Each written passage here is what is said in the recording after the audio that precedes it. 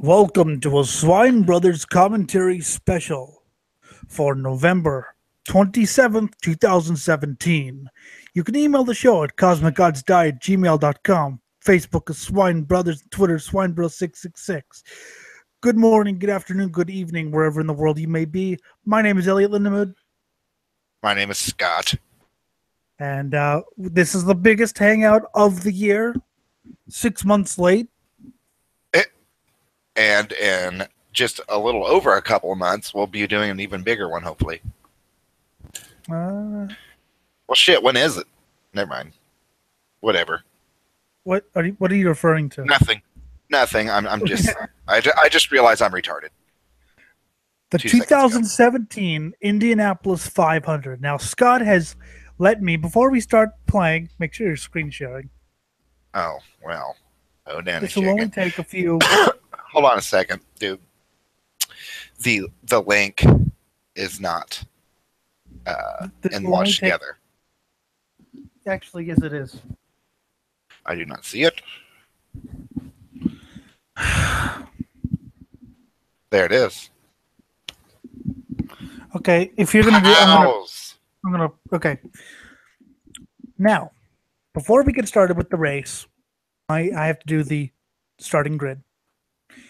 I will familiarize you with names and some of their backstory. The 11 rows of 3. Ready, Scott? Yes. On row 1, on the pole, Scott Dixon, a 4-time champion, a 41-time race winner, and the winner of the 2008 Indianapolis 500-mile race. In the middle of the front row, Ed Carpenter, a 4-time race winner in the IndyCar series. And on the outside of the front row, Alexander Rossi, the defending champion of this race. In the second row, Takuma Sato, whose only win has come at the Long Beach Grand Prix in 2013. In the middle of the front row, or in the middle of the second row, Fernando Alonso, 2005 and 2006 Formula One world champion, making his debut at Indy. Big media hype around him. More about that later. Trust me. And on the outside, J.R. Hildebrand, a IndyCar driver who almost won the Indy 500 2011. Dan Weldon won that.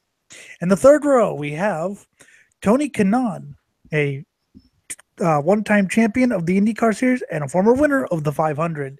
In the middle of the third row, Marco Andretti, a 2-time IndyCar winner, has never won the 500. And Will Power, 32-time winner, 2014 IndyCar champion, has never won the 500. Could this year be his year? In row 4. Oh, jeez. Sorry. And for everybody who's already seen the race, you know the answer to that. So you might as well fucking leave right now. In row 4, Ryan Hunter-Reay, a former winner of the 500 and a former champion from Boca Raton, Florida. Ed Jones is alongside former Indy Lights champion. And on the outside, Oriol Servia, who won one race in 2005. In row 5, sorry, my dog's barking. In row 5, Mikhail Aloshin from Russia, a sports car driver by trade. In the middle, Graham Rahal, who's really come on strong as of late. After winning a race in 2008, he went on something of a 7-year winless streak. And on the outside, Max Chilton, brother of Tom Chilton, XF1. In the 6th row, Charlie Kimball won one race. Could he win another race? In the middle, James Hinchcliffe returning after 2 years, getting massively hurt in a horrifying crash, winner of this year's Long Beach Grand Prix. Next to him is Juan Montoya, 2-time winner of the Indy 500, 1-time kart IndyCar champion, XF1 X NASCAR. In the 7th row, Helio Castroneves, 3-time Indianapolis 500 winner, never won a championship in what turned out to be his last full-time year, though he will do Indy next year. In the middle of this row, Jay Howard, making his first start since 2011. He's made 13 IndyCar starts, never been competitive. And on the outside, Sage Karam, now a sports car racer by trade, making his one-off appearance at Indianapolis in the 8th row.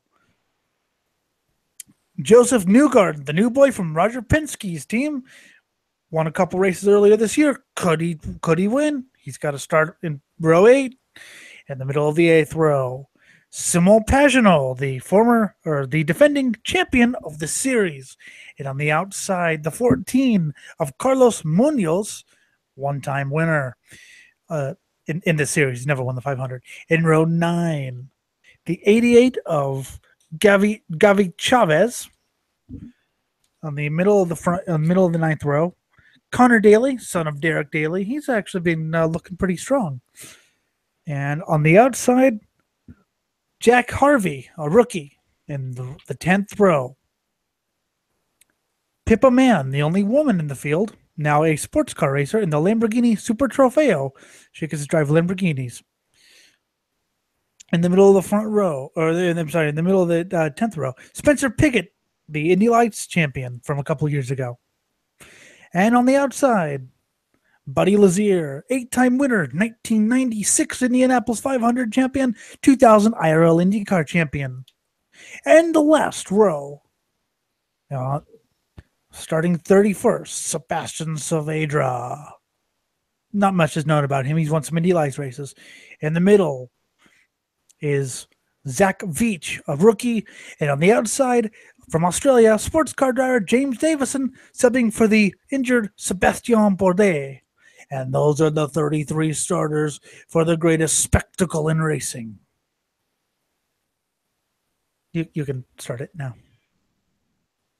Oh, okay. I was kind of wondering if this thing was even working. Skip forward to about 50-something minutes. There's a shitload of pre-race.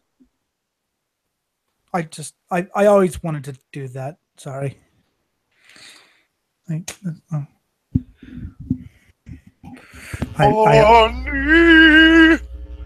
is good enough.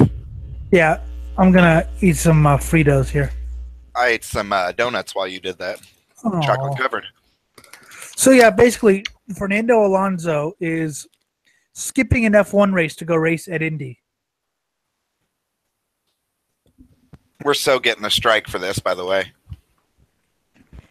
We better not. This was uploaded by IndyCar itself. Huh, we'll see. If we do, that's going to be so funny because, yeah, this is a legal upload by IndyCar. That's Dave Calabro, the track announcer. Air Assault Band. They play music while they're like bombing the shit out of brown people. I imagined a death metal band.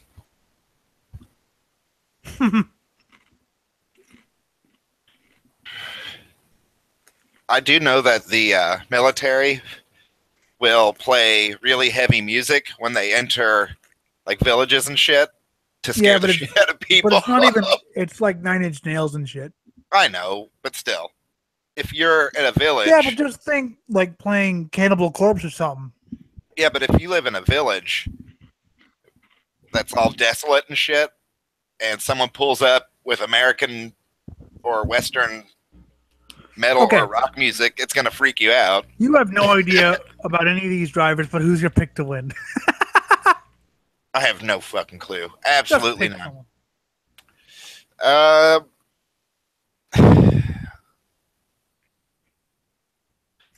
I'm not going to say until I get to know some names and stuff here.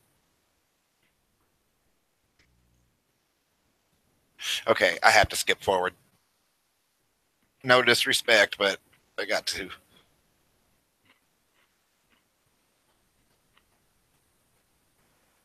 Holy shit, there's a lot of intro. Okay, stop. Okay, yeah, that's what they do, like they do back home again in Indiana. Damn it, we're getting robot voice. Yeah, that's Alan Bestrick over there. Yeah, sorry I couldn't find a better thing, but oh, this is good. It looks great. Thankfully, it'll be the last year that these idiots are the commentators. So,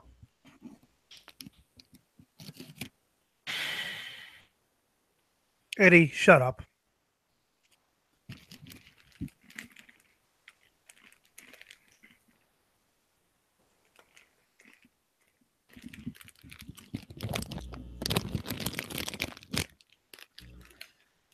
101st running of the Indianapolis 500.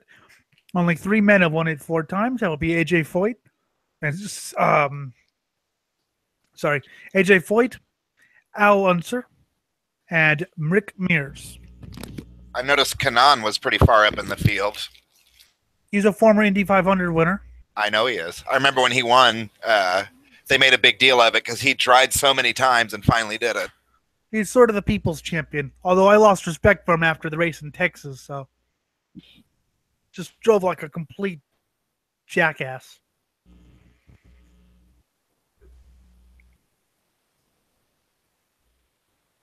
This is a huge event. I mean, Jesus. Yeah. Oh, that's awesome. A huge American flag on the back of that truck is going down the road. That's fucking sweet. Watch out for Fernando Alonso, the Formula One driver, making his first start on an oval. Who's that? Fernando Alonso. Okay. He is the number... What's his last name? He is Alonso. Okay. He's a 2-time Formula One champion, making his first start on an oval.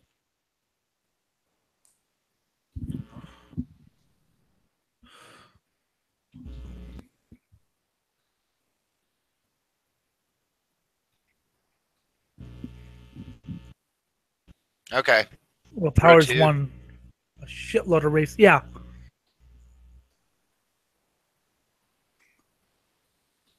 Oh, I'm excited now. Now, with these kinds of races, the beginning, middle, and end are usually where I get most into it. It just the preamble on what happens. Just pumps you up. Yeah. It just depends on what happens throughout the race, though. A lot of times, though, there's a beginning, middle, and end, though. That's funny how races play out like that. Almost like a little story. Yep. Not always a story that makes a lot of sense. It's sometimes disjointed as hell, but... it's not always like that. I like the disjointed ones, though, because they're more interesting. I mean, of course, they're more interesting. Yeah, all right. All right. But we're talking about the pros here, dude. Not much drama, usually. Usually. You'd think, but sometimes it can surprise you. Well, I'm not giving anything away, I'm just saying. That Rossi win was dramatic as fuck.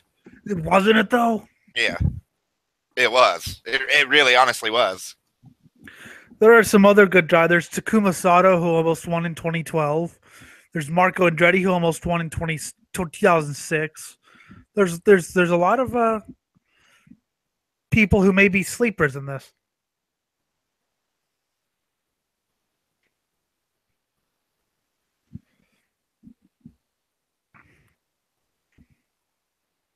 It's so disappointing to know ESPN has fallen so fucking far, man. They're going to cover F1 next year.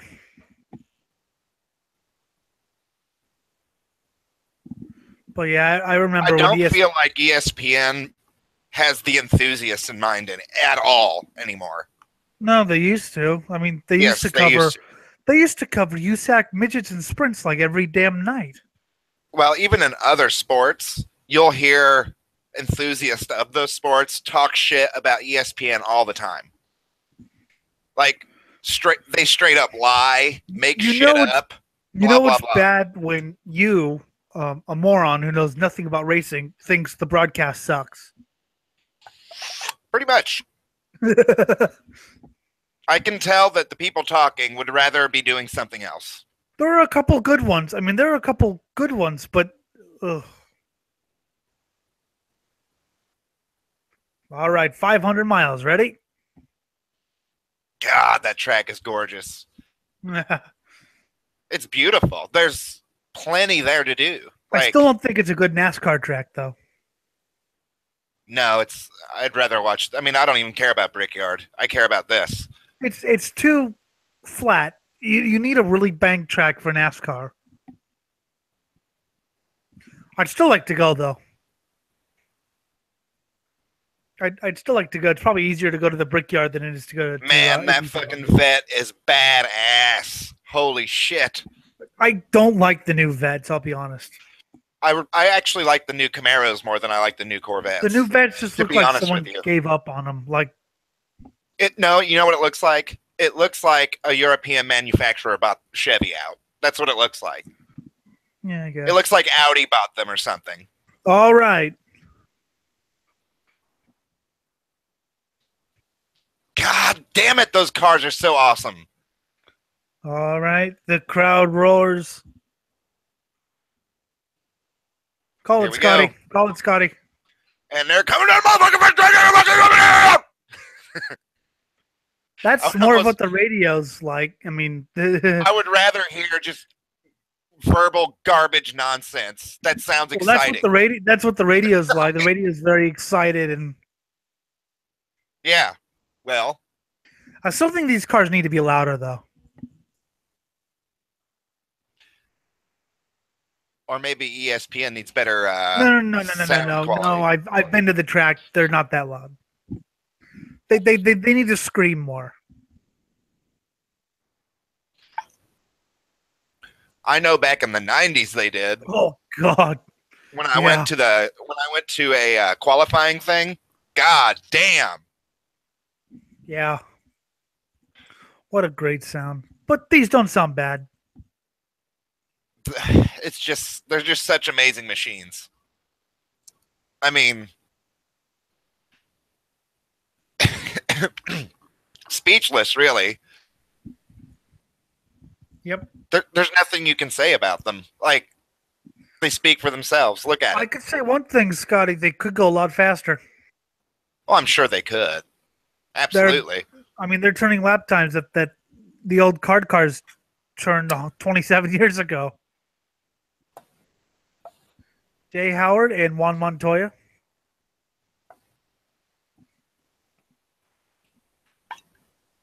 I wonder why that is. Like, I wonder if it's got something to do with the way that they drive. Why they can't be faster. No, there's a long ass story. Do they restrict them a lot and what they can engineer and shit like that? You know what? We got 500 miles. Might as well. So in 96, there's the president of the Indianapolis Motor Speedway, Tony George, split the Indianapolis 500 off from the main series called Kart and went to and started his own series called the Indy Racing League. In 97, he instituted a new formula for normally aspirated stock block type engines, and the speeds were down at this track from 237 miles an hour to 220. Jesus. And later, it got a little bit faster until 2003, they were going about 230, 231, but they had slowed down again. So they've been slowing them down and getting them faster. And basically now they're finally fast. This is the generation after the normally aspirated cars. These are turbocharged V6s, and they're finally going 232, 233. So they're finally actually like, yeah, but they're turboed when they used to be normally aspirated.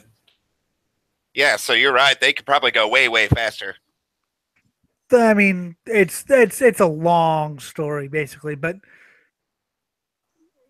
the fastest qualifying lap on the speedway was 237. The fastest lap on the speedway in 1996 was 239 miles an hour. Jesus. And what year was that? 96. Was that before or after the changes? Well, that was during the IRL, but they used last year's kart cars, so they were still cutting edge cars. That was before they went to normally aspirated, though. So he was driving a turbo. Yeah, he was driving a turbocharged Ford Cosworth V8. Cosworth. Just saying that name. Yeah. Cosworth. I noticed Rossi's hanging out back a little bit too. Again.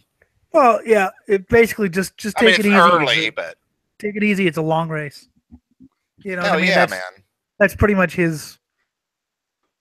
Hell, if I had a lead car and I knew it, I'd probably drop back to like 8th or 9th. Yep. At the beginning of the race. Yeah, I would definitely. I think I definitely would. Yep. Yeah, and when the lead cars pit, you stay out an extra lap. and then pit. Well, there's unlike the previous races, no one can get away like they used to. You know, they used to have like 2 cars on the lead lap at the end of the race, but nowadays with the equalizations, nobody can get away. So if you have a lead car, I'm sorry, but what are the equalizations? Well, basically everyone's running the same car, the same chassis, different engines, but basically, I mean, look, there's no one really pulling away right now. That makes for better racing, though. Well, yeah, I know. I'm not saying. I'm just saying. Unlike the other, but you know, there is a part of me that's like, no. If the engineer can make that car better than everyone else's, they should. I see both sides. IndyCar's never really been like that. I mean, it has, but it hasn't. Every motorsport has been. But once it gets popular, you do need to kind of rein them in a little bit. Well, it's sort of along because it's more been the engineer from the manufacturers of the car. I mean, like I bet more of the creation of the cars to improve them happens more with like practice and qualifying. What'll happen? So, like in the old days where there used to be different manufacturers, you know, the engineer of the manufacturers would do it rather than the team engineer. But yeah, but you know what would be an interesting rule? That everyone starts with a 10% or smaller, 3% maybe, electronically limited restriction on their car. But once you earn enough points, you can gain 1 point of power to your vehicle. So that way you would have some cars that were faster than the other ones on the track. But people would eventually come back to being equal at 100% of their car once they got enough points. That's interesting. Wouldn't that be interesting? Yeah. I'm not saying it would be right for this kind of race, but I don't know. That seems interesting to me. Something like that. Scott, put down the crack pipe. Fuck off. And put it down and give it to me. Don't use it all. You don't need any crack. I know what you're going to be like if you do crack. What would I be like if I did crack? Just amplified, and I don't want that.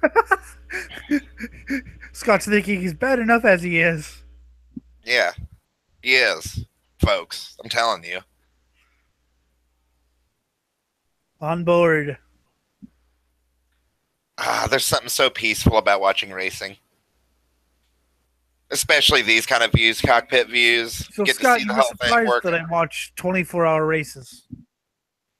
That's pretty amazing, man. Yeah. We'll have to do that sometime on a Sunday night where I can just sleep Tuesday.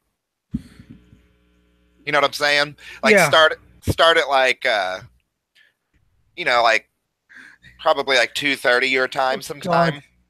that would be insane. And then go to 2:30 the next day, and then go to bed. Hey, yeah, we'd have to do it in parts though, because remember what YouTube does? Yeah, but I could have like hangouts, just kind of go 1, 2, 3. I could have them all preset. Part 1, part 2, part 3. How many would we need? We would need 4, wouldn't we? 3. 3? Yeah, well, yeah, 4 because a little bit of a pre and post race. Well, yeah, right. We'll work on it. I'll have to find a 24-hour race on YouTube. Usually, they're just on the radio. I'm up for anything, really. Even Le Mans, if we wanted to. Le Mans is fun. But yeah, because... Well, in that case, then we should definitely cover Baja races, too. Because it's the same idea. It's just off-road. We'll see. I usually don't watch highlights. I usually just watch the... Well, what I'm saying is we need to find the actual race. It's not televised, though. It's a tough one to televise, isn't it? Yeah, because it's 1,000 miles of course, rather than if it was 1,000 miles on a 2-mile track or an 8-mile track like Le Mans. But we'll find some shit. We'll do maybe a 200-mile race. Well, yeah. Well, I'll have to look. I'm pretty sure they're televised somewhere. You know what they need? I'm going to write an email. El Rey Network, who covers it now, has an email address that they openly, like, there's commercials on their network. They tell you, email us with ideas. They tell you. So I'm going to email them and say, what you guys need to do to cover Baja effectively is buy a shitload of camera drones, a bunch of them. And you just line them up along the main course.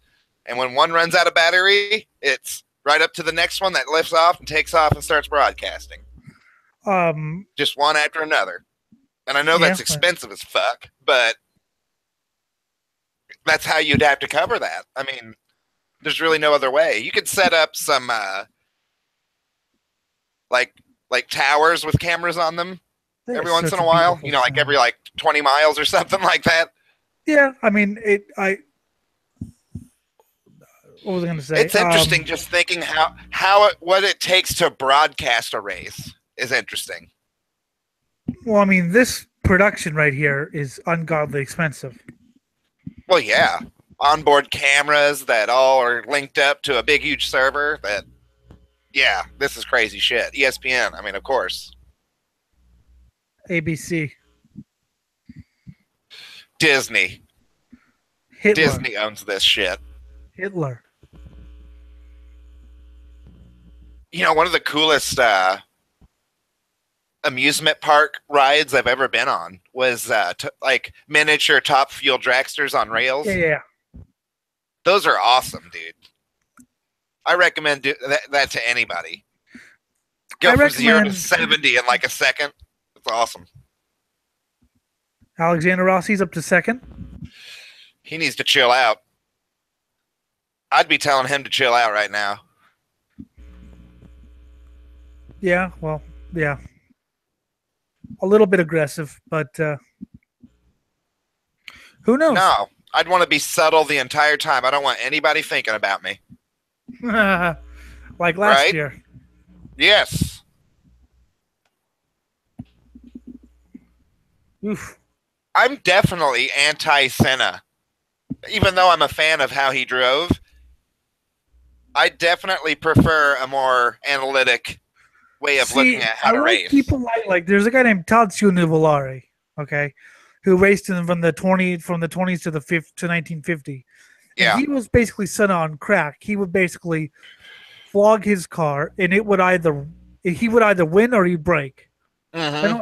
I don't think I've ever heard of a race where he finished like in third or whatever. But and as much as I love that, I think Senna was just nass. Well, and his rival gets a bad name, and sure, he's probably a bit of a prick. But what's his name again? I'm sorry. Prost. He doesn't really get such a bad. He doesn't get a bad name. He only got a bad name in that documentary because it was made by Senna's relatives. Okay, well there you go. It was made by. Well, there you have it. I mean, that was such a slanted movie. It was. Okay, well, I didn't know that Senna's family made that. Well, they helped make it, and I mean, they didn't make, but they definitely helped, and God, this onboard camera that does a 360 so you can watch them pass a car. That's such a cool fucking thing. That was originally an 80s thing, and that kind of I don't know, for some reason they just stopped using it until recently. It's great. Being able to see these machines operate that up and close, that's awesome. Yeah. But, Prost doesn't get it, but he's a 4-time champion with 51 wins. I respect him. I really do. I mean, I like some of the classic, I guess you'd call them in Italian Garibaldinos, the classic, I'm unfamiliar with the history of this all. I just am speaking from what I know. I respect a lot of the run till it breaks type things, but Senna was just nass. I think run it until it breaks. It's a thing you do when the situation calls for it. I mean, Nuvolari could run sensibly. He won Le Mans. I mean, you can't run Le Mans till it breaks. So he did win Le Mans. He won several open road races, but when it came down to it, he probably spent way more money doing it than someone like Prost.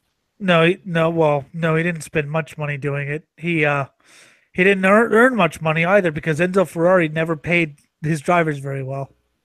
That's why. Because let's face it, you're talking about the 20s and 30s. Anyone would race for Ferrari, and if a driver left or died, hey, look, there's another one. It's very strange thinking about it that way, but yeah, I can see that actually. Here's a little bit of humor that Nuvolari said. Okay, Enzo Ferrari gave Nuvolari 2 tickets to the two ship tickets, I believe, to a race in Florio, Sicily. And Nuvolari looks at the tickets and go, Enzo, they say you're a good businessman, but I see you're not. Because whenever a racing driver leaves for a race, you should only buy him 1 ticket. Because there's a good chance you could come home in a cardboard box. Right. But that was his humor. You could never say that these days. Well, imagine anybody willing to get into one of these vehicles we're looking at right now and just go for it. They're all probably a little bit dark in that way. Well, you know what I'm saying? Now take those vehicles, but take all the modern safety equipment away. Yeah, right. Take all of the seatbelts. By the way, Rossi and Kanan are both in 13th and 14th place, so that you know what they're doing. You know what they're doing. I think they just pitted, actually. Oh, they're pitting. Okay. Yeah. Well, that kills my theory. Yeah. Jay Howard slow on the back straightaway. So, Ray Hall, is that Bobby's son? What? Nephew? The Ray Hall? Graham Ray Hall is Bobby's son. Son. Cool. Bobby Ray Hall, a 24-time IndyCar winner, 3-time IndyCar champion, and winner of the 1986 Indianapolis 500. I remember a lot of people rooting for him. Like, he was a nice guy. I don't remember what year I went, but a lot of people were like, "Yeah, Bobby Ray Hall, baby." He was a nice guy. Rossi's back in 3rd. Kanan is back in 5th. They're cycling through pit stops. Hunter Ray did good last time I watched. He's won the championship and the Indy 500 before. I remember Castroneves. He led the 500 when we watched it, didn't he? Yeah, he's won 3 times. Well, okay, I only justified 2 of them, but the Ray Hall's in official 15th. I'm sorry. What were you saying? I only justified 2 wins, but they say he won 3 times. What's that chick's name? Which one? Man? Oh, Pippa Man. Pippa Man. Where's she from? England. She races in the Lamborghini Super Trofeo with Shea Holbrook. She is almost. She's in 28th. Yeah, she's bad cars and just she's actually a pretty good driver. Just I don't know. Not with these. Just can't get a good car. But anyway, so I only credit Castroneves with 2 Indy 500 wins, but they credit him with 3. Carpenter, who's this? Ed Carpenter. He's a former USAC midget and sprint car racer.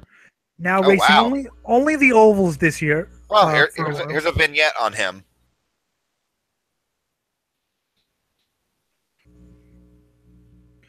Yes, he's a blood relative to Tony George. How fucking sad. He only races the ovals because he's not a road course racer. But he's pretty good. So anyway, Castroneves. They're showing pictures from old Indy 500s.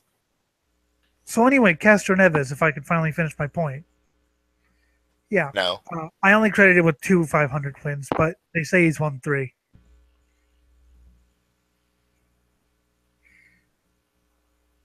Look at that, Alonso.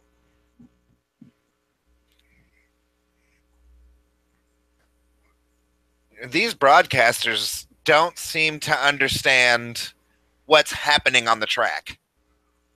Well, like, they don't seem to be commenting on the story that's unfolding before them. All they care about is who gets the lead, and that's about it. Like, there's probably battles going on further back in the fucking course, but Well, that's why you need the radio call. That's why if we ever watch, we need to watch this live one day, and we need to just listen to the radio broadcast. just have the video streaming and listen to a radio broadcast. That's a Yeah. good idea. So anyway, because in 2002, Castro Neves, there's a champ car driver named Paul Tracy who's won 31 wins. He passed Castro Neves, but they said he was passed him under caution. Now I've seen the thing, and I think he passed under green. But anyway, they took the win away from him and gave it to Castro Neves because Castro Neves raced in the series that sanctioned the Indy 500. He wasn't a one-timer. Oh wow, that's crazy. So, yeah. What does the R in stand for next to people's names? Rookie. Okay, so this Alfonso is a rookie. Fernando Alonso. All right. Jesus. Well, go for it. This is his first race on an oval. He actually isn't here at the. He gave up racing at the Monaco Grand Prix to go race here. It must be such a privilege to just lead a few laps if you're a race car driver. Well, You not know, really. In the 500, though, Not if you're really. a rookie, you're probably like, Not really. I mean, everyone comes to the track thinking they can win. You've got to be a little bit delusional. to be yeah, a but racing dude, driver. if I lost, but I led a few laps, I'd be really happy about that. Yeah, but if you have a competitive car and you know you have a competitive car, I could understand being upset, but I also understand being happy that you had the privilege to fucking race in the Indy 500. I mean, Alonso's a two-time Formula One champion. He's won over 20 Grand Prix. He's not really one to talk about, having the privilege to race in the Indy 500, More like, Well, I understand all these people are professionals, and a lot of them expected to race in the Indy 500, but Well, he was having a bad year in F1 this year. His car has been uncompetitive for several years. Rossi's leading. Due to the Honda engine in the McLaren. So, yeah, he decided to race in the Indy 500 this year. Okay, I'm really getting annoyed that they're not covering any other things happening on the track other than the lead. Like, they haven't mentioned anything at all. I mean, I care about the lead, obviously, but I was trying to listen to because I haven't. just making a comment, an observation. Well, plus this thing with Alonso, I mean, it was a big media hype because you have to understand he's skipping an F1 race to race in IndyCar. And this is his first oval race. So what about Rossi? Was he the same way? No, he raced F1 a couple races in 2015, but he's a full-time IndyCar driver. He's got a big major sponsor now, Napa. I think that's his car. What happened? I think that's his car that I'm seeing with the Napa Auto Parts. Yeah, Napa. Yeah, the 98 car, the Curve Agajanian car. The 98 and JC Agajanian. One of the greatest motorsport promoters in the U.S.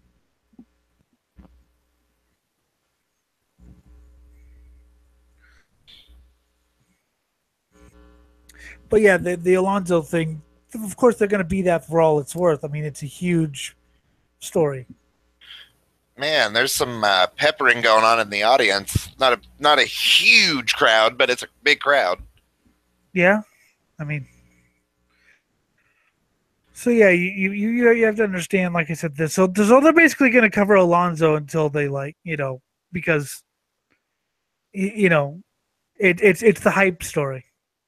Which I mean, when he came in, when he said he was going to do Indy, I was like, okay, he's going to qualify 30th. But I have to admit, he's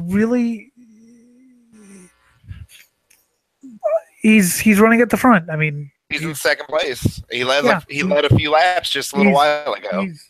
And in my opinion, in the first quarter of this race, still at only 46 laps, I mean, someone has to lead, obviously, but I wouldn't really necessarily want that person to be me. Like, I want There my are two car types to of- chill out for a while. There are two types of people. They're the chill out driver and they're the hammerheads. Now, I'll just tell you, I was watching I was at the Toyota Grand Prix of Long Beach this year, Scott. Every single Andretti Autosport car with the Honda engine failed. Every single, all four of them failed Wow. in one race. So it was, yeah.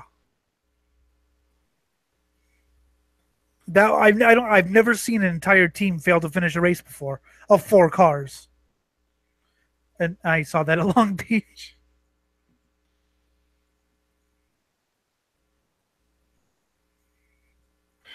Yeah, Castro so Neves has been in ninth for this over is a really quarter of the race now. this is Alonso's really, and he's going to race in the Rolex 24, the sports car race at Daytona in January. Fernando Alonso. I'm just, little. Uh-oh. Oh, shit. Oh, there's debris everywhere. Scott Dixon, Damn. the 2008 Indy 500 winner and four-time champion, has been taken out of this motor race, and he's moving. And there's another car.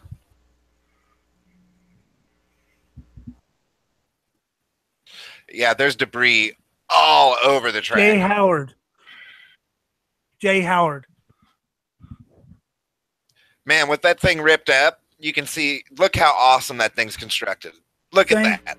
And he walked away. Well, he moved. He might be hurt, but he's walking. I remember the radio call for this, Scott. Like, the guy was calling through, and all of a sudden, oh my God. Well, yeah, I mean, it looked like a pretty dramatic wreck. I'll try to find the radio thing and show it to you, because the guy, it was literally, I think, the call of the year. Unfortunately, it's not here because they didn't even get it until. Yeah, these guys aren't saying shit. But they didn't even see it live. Yeah, Jay Howard's.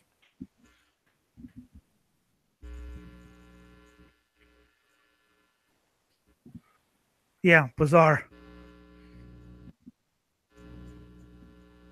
Okay, now watch.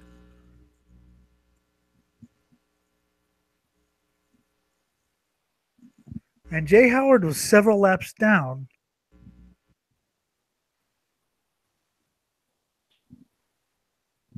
He was.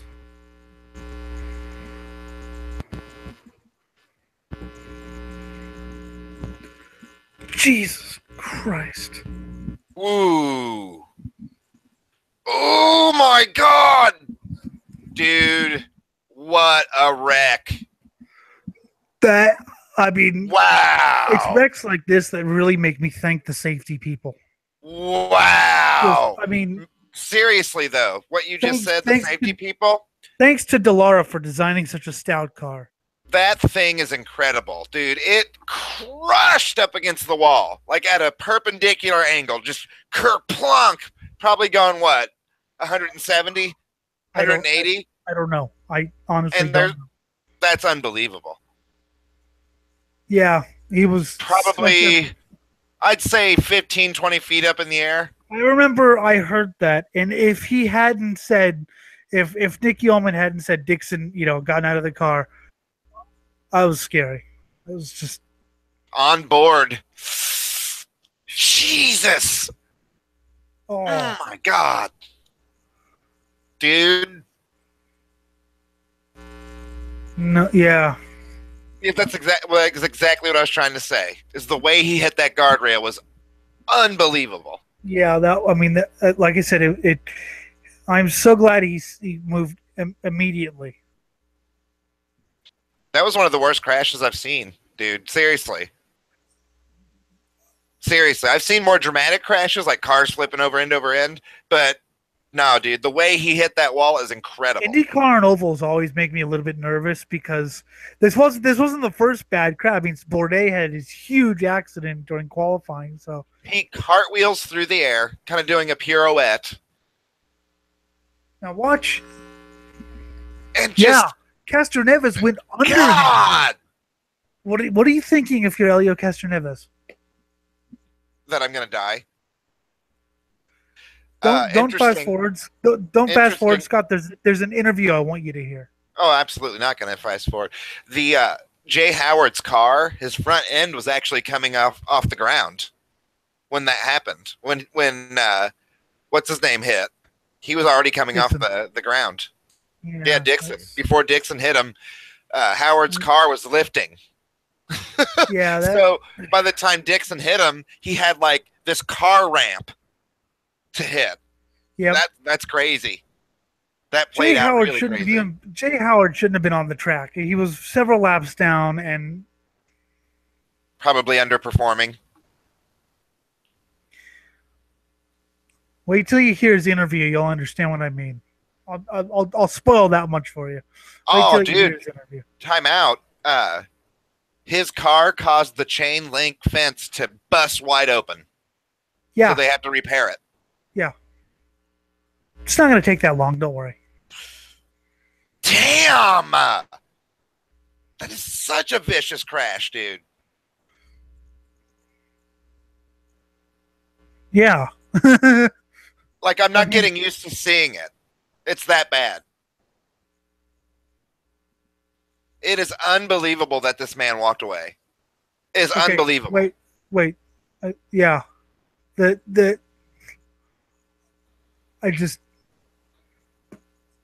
That's, I think, the good thing about being a sort of a spec chassis manufacturer is that you can design your car a little bit heavier, a little bit safer than, if you were trying to compete with, okay, who are they on board with? Oh. Yeah. Oh. Dixon. They were on board with Dixon. They already showed it once. That was not a funny song. That was Castroneves. Okay, watch. It was, the camera view was out the back end of Castroneves, and you just see the car hit the wall, like 10 feet behind him. I wonder if Castroneves has to change his pants.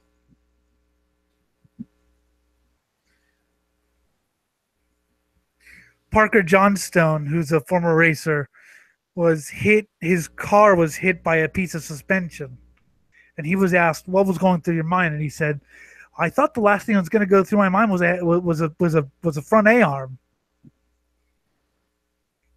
Because man, that would suck to have to repair that real quick. Yeah, don't worry, it's not going to take that long, and these commercials help. But there's an interview you need to hear. Because once you hear, I mean, I like that some of these guys have umbrellas sticking out of their cars. Yep, I'd want that too. Yeah, it would help me focus. That was the scariest crash I think I've seen this. Well, yeah, one of the scariest. One of the scariest I've seen, for sure. For sure, like there's no question. It was dramatic and bad. Yeah. Right. You've seen dramatic wrecks that were, dangerous, of course, but it's easy to understand how they walked away from it. That one, no, absolutely not. He should be at least very severely injured. There was a photographer apparently that was injured. Oh, yeah. Yeah, he was right underneath it. Right underneath the section of the car that, or of the fence that the car hit.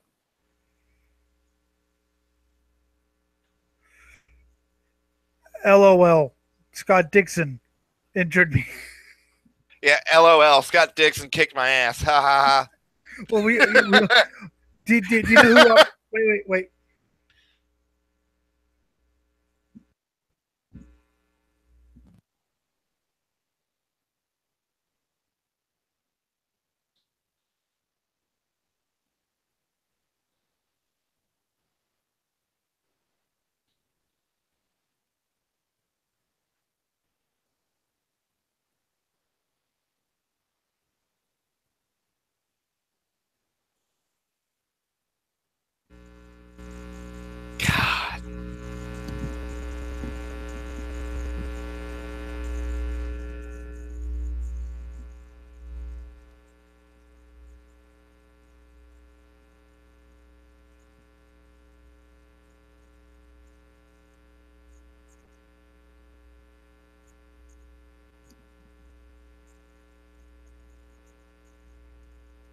Oh, he's blaming Hunter Ray.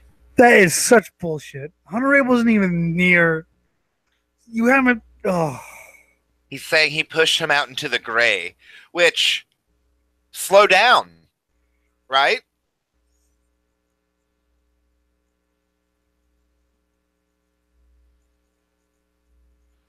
no, he didn't. No, he didn't. No. Yeah, I'm He saying wasn't that's what I'm even saying. near. When that happens, he should lift. He should lift from the throttle so that he can create a little bit of oversteer. Okay, here's Hunter Ray and Jay Howard. Yeah. Lift. And then he just hits the wall. But you're many laps down. What does it matter? Just get out of it. Damn. I'm sorry. I'm not a Ryan Hunter Ray fan, but that was not his fault. No, it wasn't. He was just racing. That's all. He was trying to get around a lap car. More so than other crashes I've seen, Hunter Ray was just racing. That's all he was doing. Howard wasn't even racing. He was a lap car. He was out of it. And like I said, you can blame Hunter Ray all you want, motherfucker. Once you got onto the gray there, before he even passed you, you should have lifted your throttle so that you could get back onto the race line. He hasn't raced in IndyCar since 2011. I mean, he's not even a has-been. He's a nobody. So, nice. Yeah, that's great historical revisionism there. Is what I'm saying, does that make sense to you, to lift? Well, I'd say maybe he never had a chance. He was off the race line, so I understand that his tires are not getting the same traction they would as if he was in the race line. So if he's going too hot into a corner, it's a lot easier to drift towards the wall. So instead, once you got past, and you're not even in the race, motherfucker, instead of crashing your vehicle, lift from the fucking pedal and get back onto the race line. I mean, even if my main reason I'm saying that is because Hunter Ray just straight up passed him, right? And Hunter Ray's driving a good race. Yeah. So this motherfucker blames him when it was his shitty driving that caused the wreck. Why are you even on the track? You're several laps down. Hey, I'm gonna blame him, that driver, for everything that just happened there. Yeah. Yeah. Howard, was it? Jay Howard. Yeah, that was completely his fault. Yeah, Cheever just said, yeah.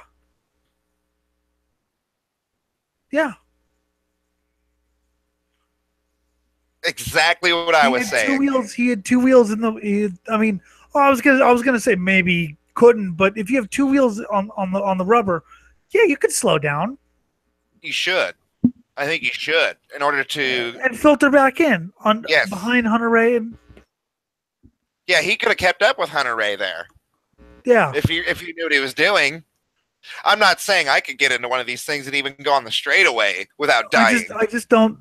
But yeah, I don't get where he blames someone who was innocent.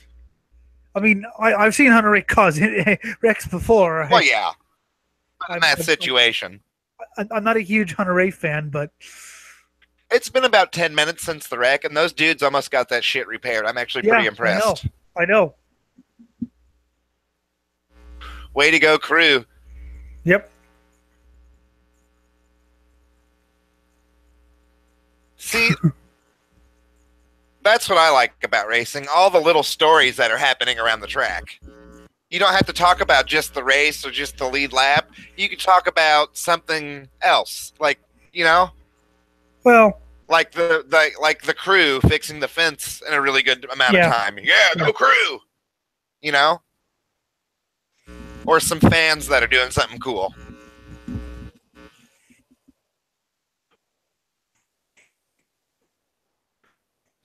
Doesn't matter if he was surprised. He's a professional racing driver.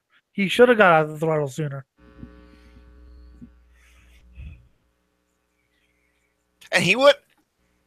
I would guess he wouldn't have to lift for very long at all. Like, No, you just let him. let go, get back in the line, and go again.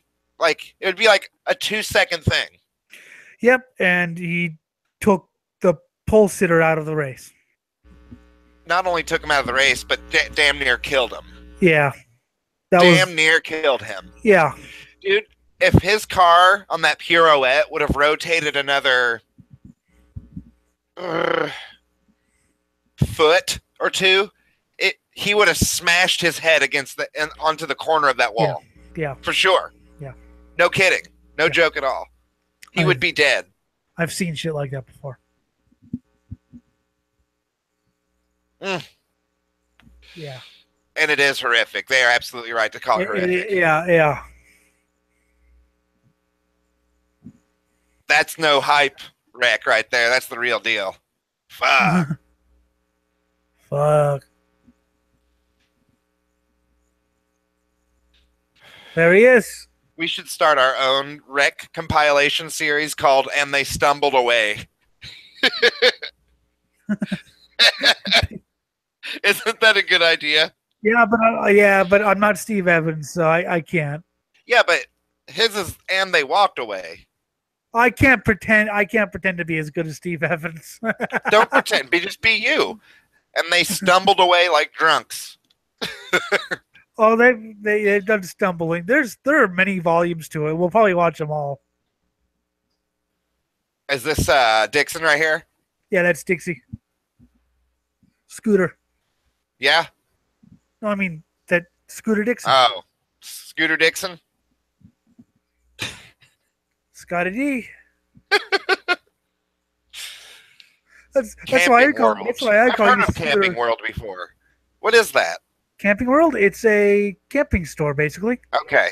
We go there a lot, actually. That places like that are the shit.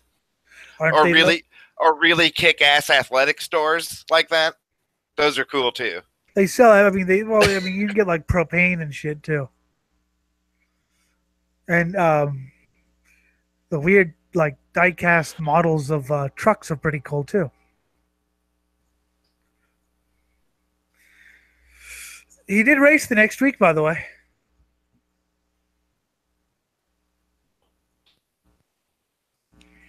The New Zealand racing driver.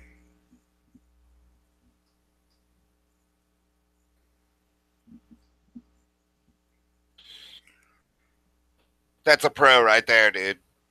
I like him. He's a pro. You can tell he is. 41 wins. And he's 4 limping. championships. He's limping. Well, yeah. He's limping. Well, yeah. I'd limp too. I'd probably go lay down in my camper, to be honest with you. No, he raced. He was in a car 5 days later. I would. I'd probably have to go to a therapist. Nope. No, he was back in an Indy car 5 days later. Isn't that crazy? And people say these guys aren't athletes. Fuck you. Fuck you. They're athletes. Oh yeah, they got robbed. I like that Corvette. That one. I'm not saying I love the brand new Corvettes. I like that one a lot, though. Yes, Eddie Cheever. I agree. That's what did he say? Testament. Yeah, that's such a testament. The accident is such a testament to the safety of those cars. Yeah, well, obviously. That is a crash that company could use constantly say, look, we're badass. I've seen wrecks less than that.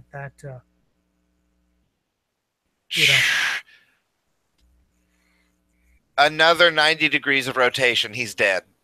Yeah. I'm not kidding. I've seen less crashes than that had life-threatening results, so I was there in one of them. God. It's weird. Like I said, that crash was dramatic. Of course, he's pirouetting through the air. We can watch that race, but I have to prepare for that. However, the impact, just like with Dale Earnhardt, looked so, once you really look at it, looked so just sudden and deadly, right? Yep. Like, yeah. And the drama kind of ends there, and you're actually worried about the dude. Like, well, that's the Earnhardt thing. TV didn't do that wreck justice.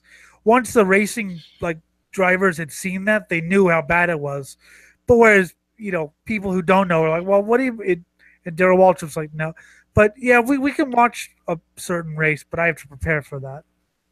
Yeah, that Dale Earnhardt crash is actually a very interesting crash. It really is. Yeah. Yeah. Because honestly, when you look at it, just looking at it, it doesn't look like anything. Well, I think that's because you don't know what you're looking for. Well, like I said, if a stander by just looks at that wreck, anybody, just a random person, it doesn't look like much until you really look. A racing driver looks at it.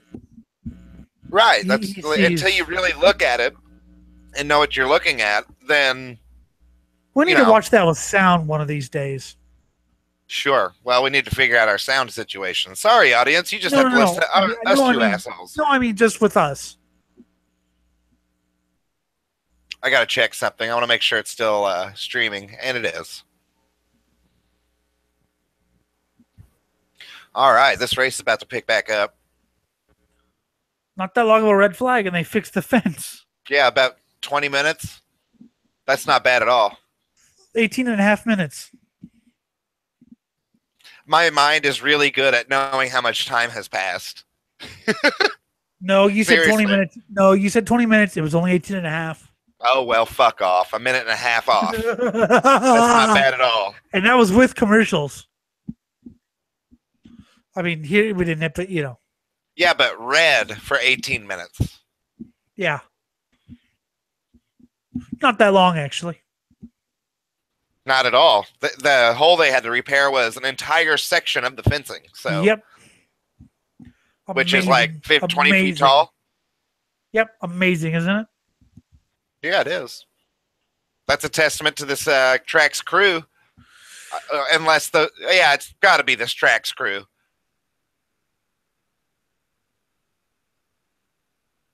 Yep. McLaren.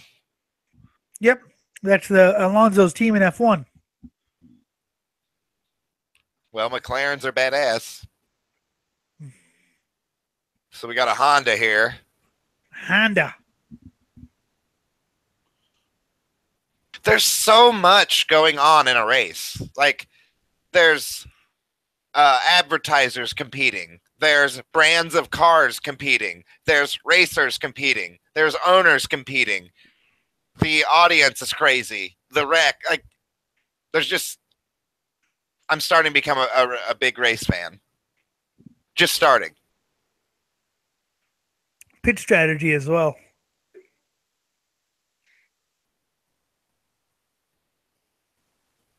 Oh, he missed. Oops.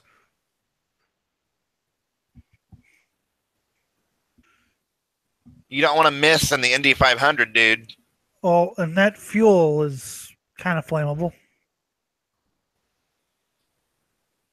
Kinda. Just kinda. Probably one of the more flammable things on the planet. Yeah. Nitromethane is actually less flammable than gasoline? I didn't know that. Yep. There's a great video about how a top fuel dragster works that you need to watch. I'll send it to you. Yeah, Scott Dixon's profile picture or whatever. He's in a suit looking all sharp and shit like that. Yeah, that dude's a pro. Yeah. Hey, if I wrecked like that and didn't get hurt too badly in the Indy 500, I'd be proud of myself. Like, you won the race? Oh, yeah? Well, I beat this crash. Your distant relation did finish in the top 10 at the Indy 589. Wow, he's been around. He's 43. All right, here we go. The safety car is coming off. Safety car, good job. when it okay, so when a race starts, like before the start of the race, it is a pace car. Once the race starts, it becomes a safety car. That's I don't think Alonso's winning. Well, see, I keep thinking rookie, but he's not really. well, he's a So rookie in this series. It's the first yeah, time he on the is. oval. I understand that, but he still is a driver, right? Like Yeah, he's but got plenty of experience. even Rossi was a driver. I mean, Yeah, but I remember. Rossi seems to have come into it more fresh. Like Well, nah, I think you mean a little bit less of a profile. But I mean, Rossi, I remember 5, 6 years ago, Rossi was racing, in the lower formula, and it was, he raced F1 for a couple races. So, oh, Rossi's in the lead. I don't know about you, Rossi. You're doing something different than last year here. besides, Alex actually had an oval race before the Indy 500. Fernando, this is his first ever oval race. I mean, this race is almost half over, dude. He Like raced at Phoenix. it's over a quarter over. Yeah, the 500-mile races in like a single seater go by fast because the lap times are so fast. Ooh, damn! That was a hell of a pass there. Ed Carpenter, we call him Special Ed. Where's Tony at? Hunter Ray's in fourth. Kanon's in sixth. Okay. Yeah. We call Ed Carpenter Special Ed. Not really a big fan of Ed Carpenter. Ray Hall came up to eighth. I'm going to keep an eye on Ray Hall because he's been doing what Rossi did last year. Ray Hall, he had a decent rookie year in Champ Car. Then he won a race in 2008. But then ever since, he's just been kind of mediocre. He's finally kind of come into his own in 2015, where he won race at California Speedway. He won a 500-mile race at the California Speedway. So ever since then, he's kind of come into his own. So yeah, keep an eye on him. I mean, he's married to one of the Force girls, by the way. There's another rookie in 25th place. Which one? I don't remember his name, but there's another one in 28th place named Jones. Ed Jones. He's actually another one good. Named Pete and 30th. Ed Jones is from England, but also from Dubai somehow.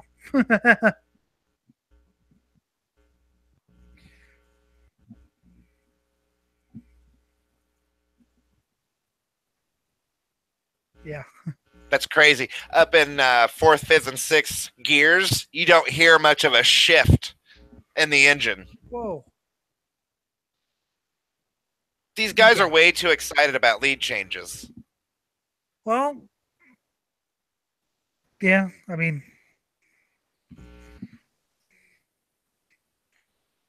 no, they should definitely be mentioned. That's not what I'm saying.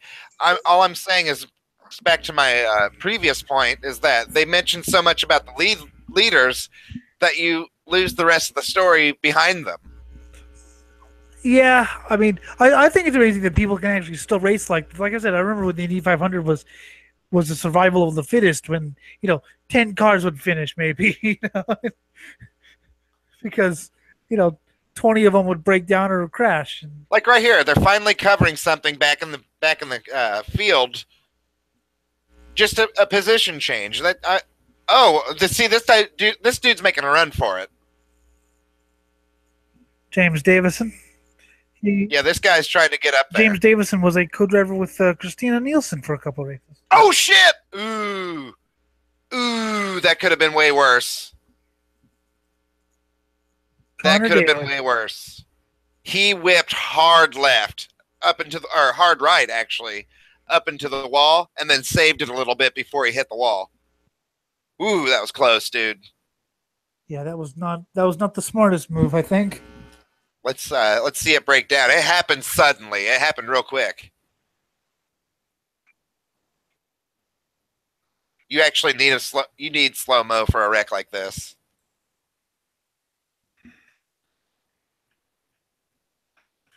There's AJ Foyt.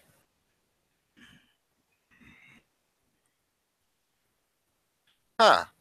Another car came off. Yep.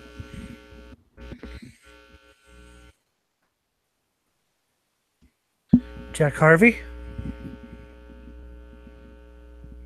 So what happened? Well, yeah, I'd like to see the replay, goddammit. Dead air on ESPN.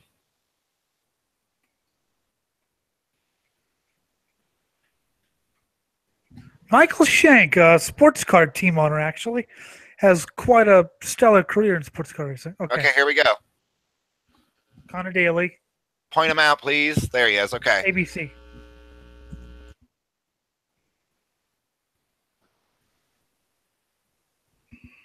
Nope. He touched somebody. Kimball. The 83 car. Yeah, he was coming too hot.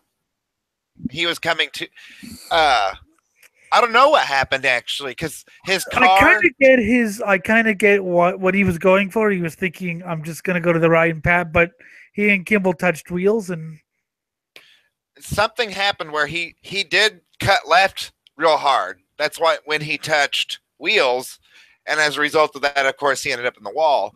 I want to know what caused him to whip left into that guy's car. Some kind of overseer or something, dude. That was weird.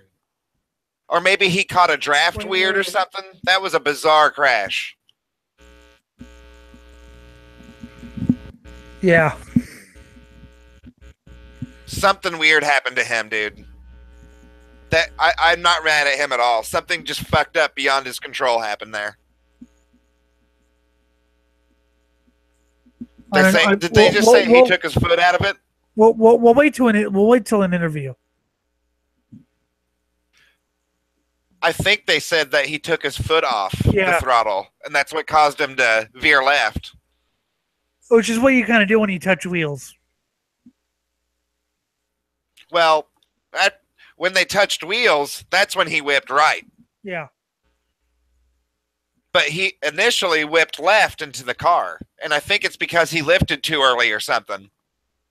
Well, we'll see an interview.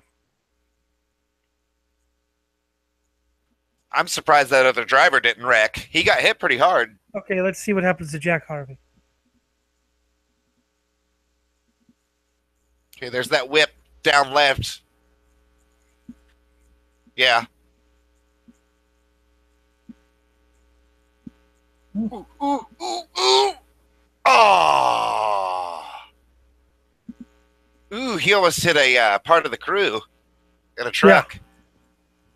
That would have been bad. Yeah, hitting some of the crew is not good. That sucks, man. That would be very frustrating to be knocked out by debris. Yep, I've seen it happen many times. And what are you gonna do? You know, it's racing. I probably swear a lot on the radio. Dude, everybody hates this movie, but I love it. And that's the live-action Speed Racer. Oh, God. I love that movie, dude. You should check that out sometime. You might actually like it. What? I've seen it. It's stupid. You're stupid.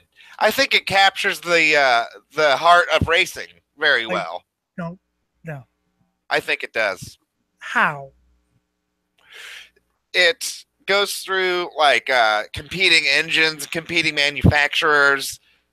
It goes through the individual effort of racing, the team effort of racing. It explains all that shit. It goes through all of it. Yeah. I think it's really well done. And it's super fantastical. Like the racing is over the top and shit like that. Fantastical. Fuck off. Speed Racer rules your face. But yeah, anime motherfucker gets his hentai tentacle dick out and fucks your face with it. I do know a woman from Japan. Her name is Suzuka. Suka? I do know a woman from Japan. Her name is Suka. Suzuka. Suzuki. Her name is Suzuki. Yeah. You already made that joke. No, I didn't. Someone else did.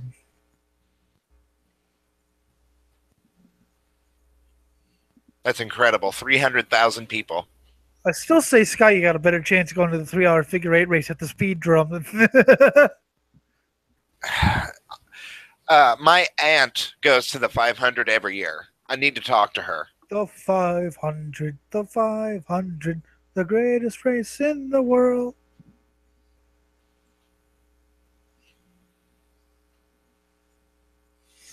Sorry, that's his actual song.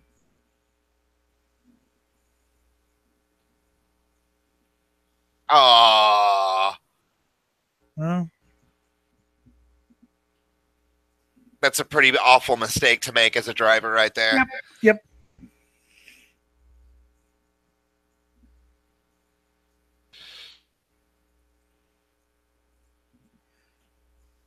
Ooh, Yeah, that would suck. That would really suck to have one of those wings fall off. Like, it would make your car drive weird, You I bet. can change the front wing really easily. Like, they have replacement wings and noses. It's the Those rear rear- wing that It's not the main back wing. It's the wing that's on the it's the winglet. Yeah. Nah, that's not really gonna hurt them. I wonder how much downforce that helps them create, though. I don't think that much. I mean, he was doing all right before, so.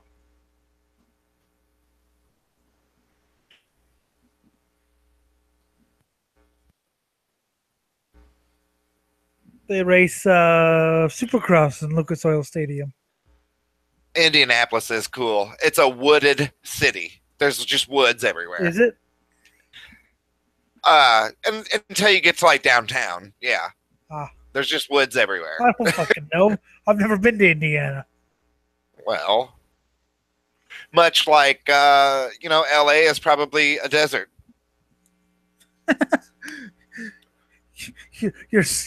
You're more right than you know, Scooter. Oh, what I was gonna say. So I call you Scooter because in about 2005, I nicknamed Scott Dixon Scooter Dixon.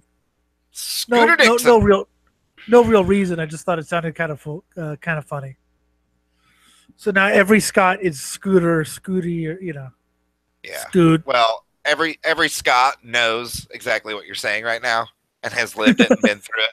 So, dude, when Austin Powers came out and the Scotty knew or shush Scotty, that shit, I hated that so much. And I liked Austin Powers the movie, but now I fucking hate that movie. What? Shh.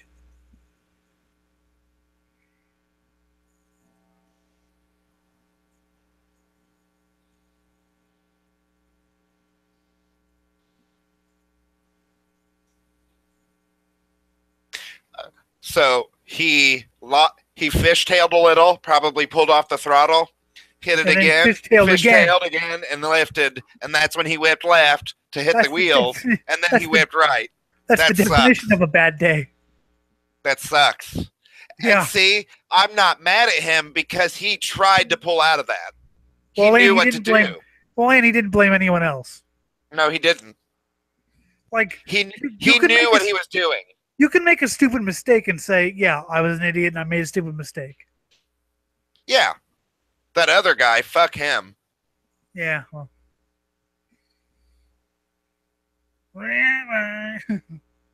4 bangers? No, these are 6 bangers, aren't they? 6 cylinders, twin turbo. Have they ever run 4-cylinder? Way back when, from 1935 to 1978. Wow, that's a long time. Well, no. I mean, it wasn't all 6-cylinder, but from both. There was a car called the Offenhauser, which was a twin cam. There's an engine called the Offenhauser. There's some crazy shit going on. Which was a twin cam 4-cylinder. It won its first Indy 500 in 1935. God, there's some crazy.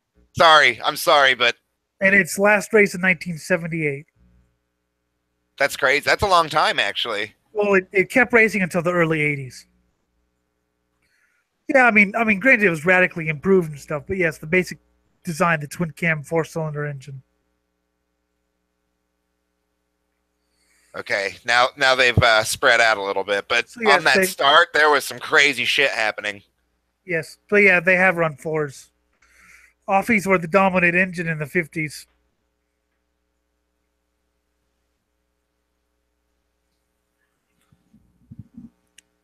This is a different kind of race than last year, dude.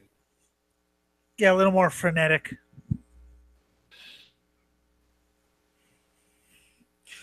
You never quite know what you're going to get at this track. Well, well, I remember last year, the leaders led for a long time. There's been several lead changes here. Yep. There's also been a lot of crazy shit going on back in the field. Sorry, what? What's that? There's also been a lot of interesting things going on further back in the field, but what were you saying? Takuma Sato, I have to explain. He's well known for running well and then fucking it all up. He does these kamikaze missions where he just what's his name? Takuma Sato. Okay, where's he at? Third, I think. Yeah, see, Rossi just gave him the lead there. Whatever, he's known for diving down and doing something that's utterly insane and crashing. But he's also known for I don't like well. drivers like that so much, but I do because they make for very interesting situations. I mean, he lost the Indy 500 by trying to pass Dario Franchitti in turn 2 rather than I've got a question. 4. I'm seeing sparks fly out from Rossi's rear end. Is it because something's rubbing the asphalt? Back in the day, they used to do it because they were so low to the ground. You mainly see that at night, not necessarily during the day. Keep an eye on it, see what happens. I saw it. But yes, Sato, so keep an eye on him. The 26 car. Okay, he's way back. Yeah, dude, something's wrong with Rossi's car. There's sparks coming out from underneath it. It's shaking his car and everything. Something's wrong. Like that last spark I saw, his car wiggled a whole bunch.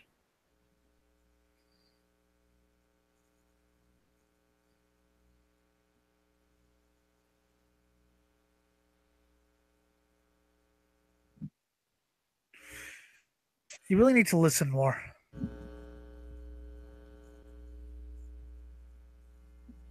Because they were just talking about what he was doing. He's dropping back right now on purpose. Well, I saw that. I saw that when he let Hunter Ray pass. Debris on the front straightaway. So anyway, as I was saying, watch out for Sato because he'll usually crash. He'll usually crash, but it'll be really entertaining. At Pocono, Sato kind of forgot what brakes were. I just kind of dived into the turn and took himself out. But he's actually really good. He's pretty good. He's just like I said. He needs to stop the kamikaze shit.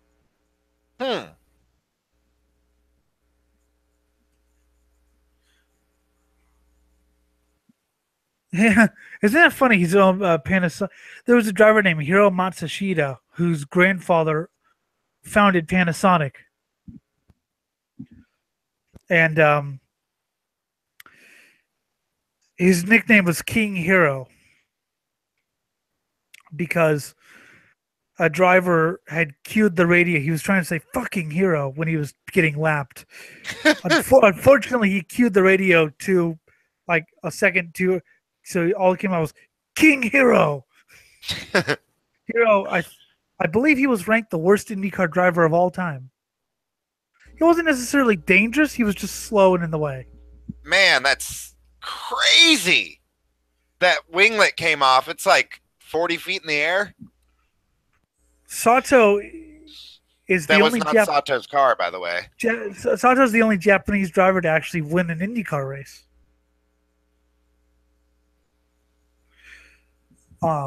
Previously, the joke is the Japanese would come into IndyCar racing basically because of Honda and Toyota, and they would get free engines, and that was always the big thing.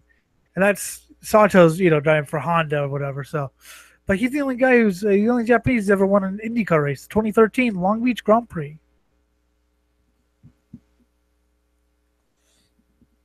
Pit stops.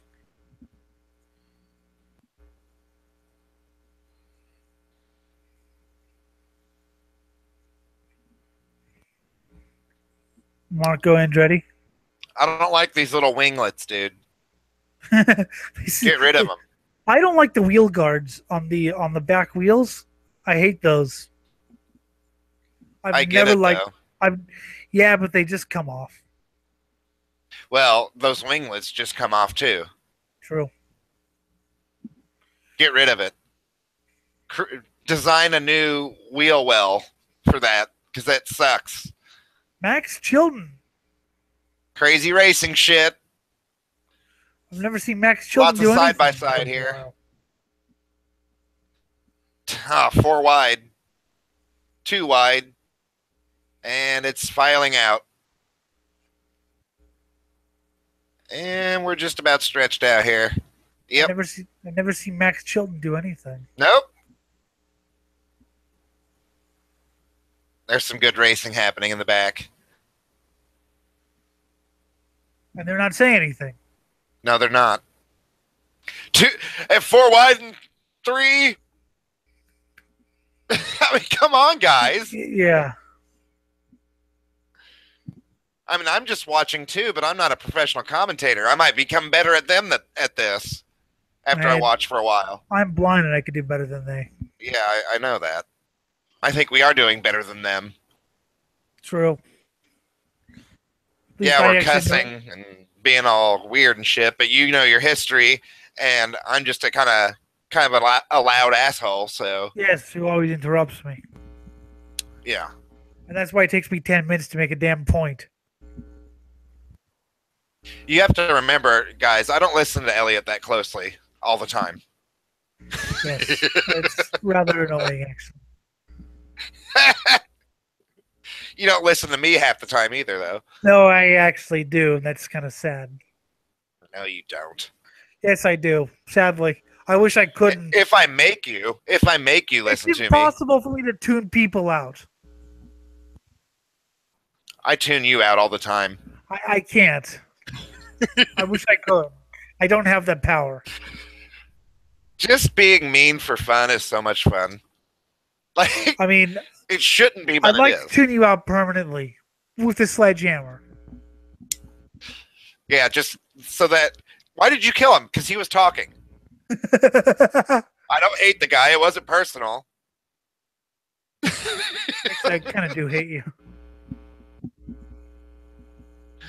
It's so funny. When Elliot and I met, we decided then and there that, honestly, when it comes down to it, we'd probably hate each other. I think we got along like the first episode of Metalgate that we met on. Yeah, well. And then after that, it was like, nah, fuck you. Yeah, fuck you. Fuck off. That was... Oh. There's a lot of that in the group of people that we hang out with online, though. What happened? There's a lot of that fuck you mentality with the people we hang out with online. Yeah. Scott, you. Like, we're all pieces of shit. Jim, we all Chaz. suck. Yeah. Somehow Eric's kind of been lumped into that. Eric makes things interesting because he's got such a healthy, normal perspective. Well, it's kind of like that it makes it provides a nice contrast. Well, what were they saying about Josephine the other day? You know, my girlfriend. Yeah, you know, she's got such a normal perspective. You know, she's like, you know, somewhat crazy, but normal. I mean, more normal than us. If she wasn't so busy, I'd get her onto this thing because you need that sort of voice of reason. Yeah, I'm definitely not a voice of reason. I'm a voice of retarded ideas. Yes. Or she, I mean, she's crazy, but she keeps me in check, definitely. And I'm that voice that says, yes, you should light the half stick of dynamite. Yes. Me too. Me too. Anyone who can keep me, Rossi's going out to the lead. Anyone who can keep me in check is a pretty impressive person, I think. I really wonder if Rossi is getting any flack from his crew for pushing so hard. I don't know. I mean, because he was supposed to be taking it easy, from what I remember. maybe he did that for a couple laps, and now, okay, I know what it's like. I'm going to. Yeah, but there's somebody back in the field right now with a really competitive car that's going at about 90% right now, and waiting for that last 10%. Yeah. Well, I guess we'll have to watch, huh? We're just about half over, folks. But yeah, as I was saying, anyone who can keep me in check, and not everyone can. Most people just decide to be doormats with me, but anyone who can keep me in check, pretty amazing. The only way I know I can actually truly keep you in check is killing you.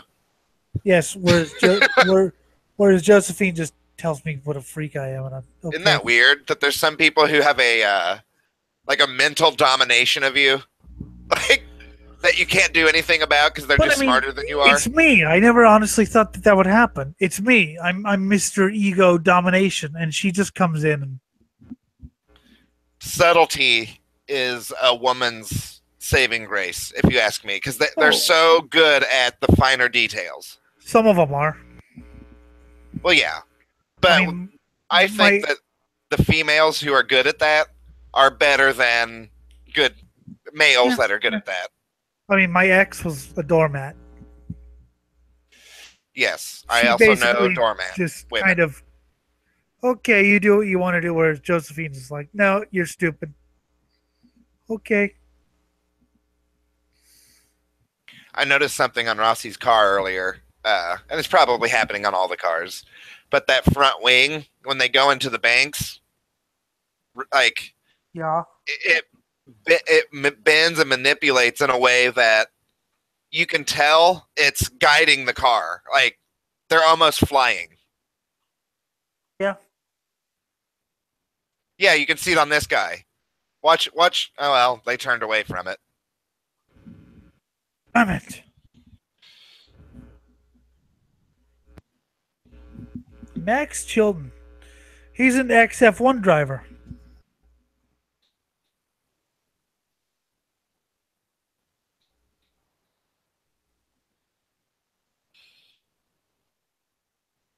Yeah, but what's happening back in the field, guys? Come on.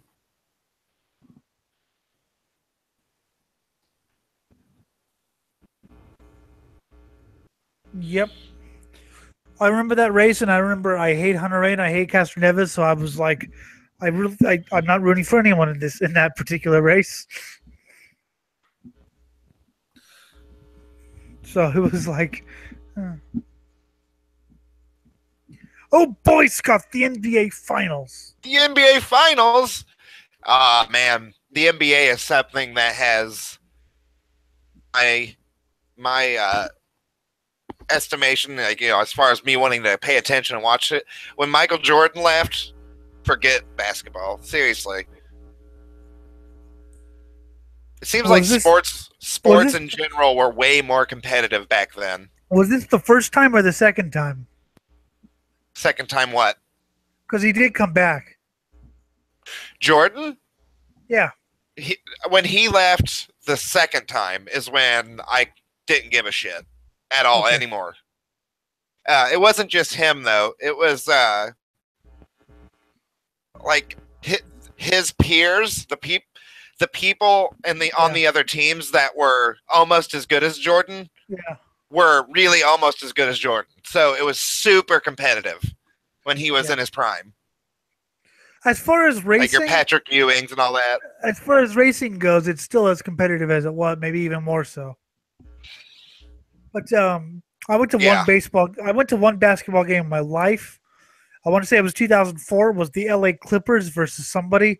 I remember I slept through most of it. Yeah, well, it's more fun if you have like a radio feed. Like I've noticed, like sports like football and baseball are more fun on the radio.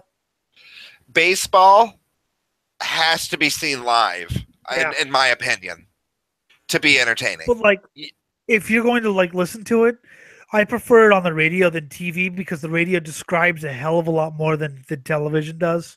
Yeah. Well, Like that's their football. job.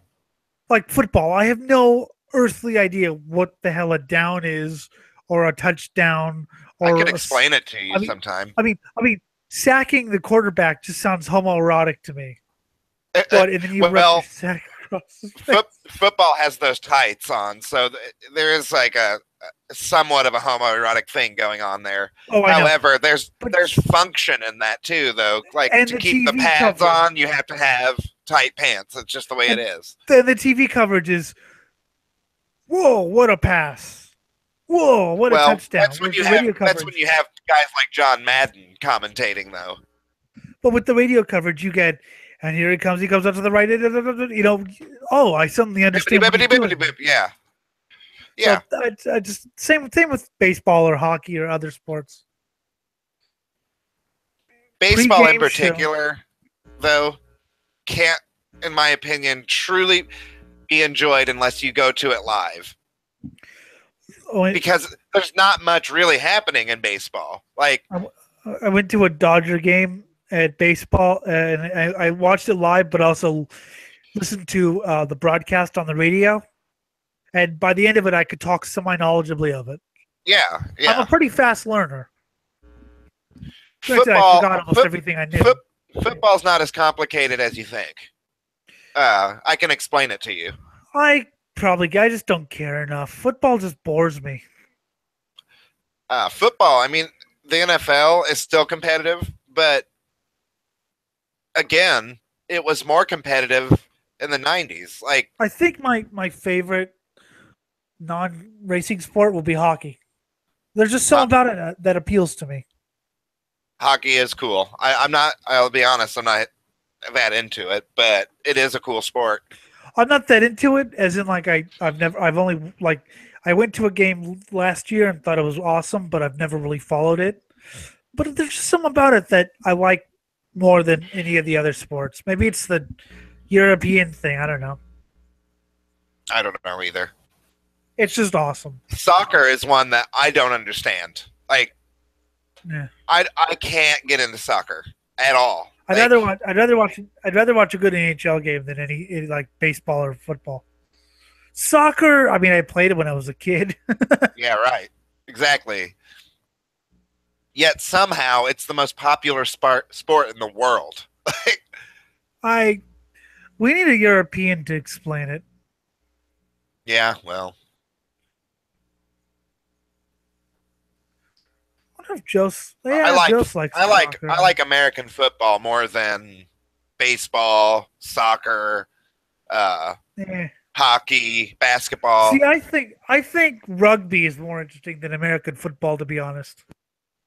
Well, I think rugby is actually more safe than the NFL, if I'm honest. No, it's not. They don't wear helmets. That's why.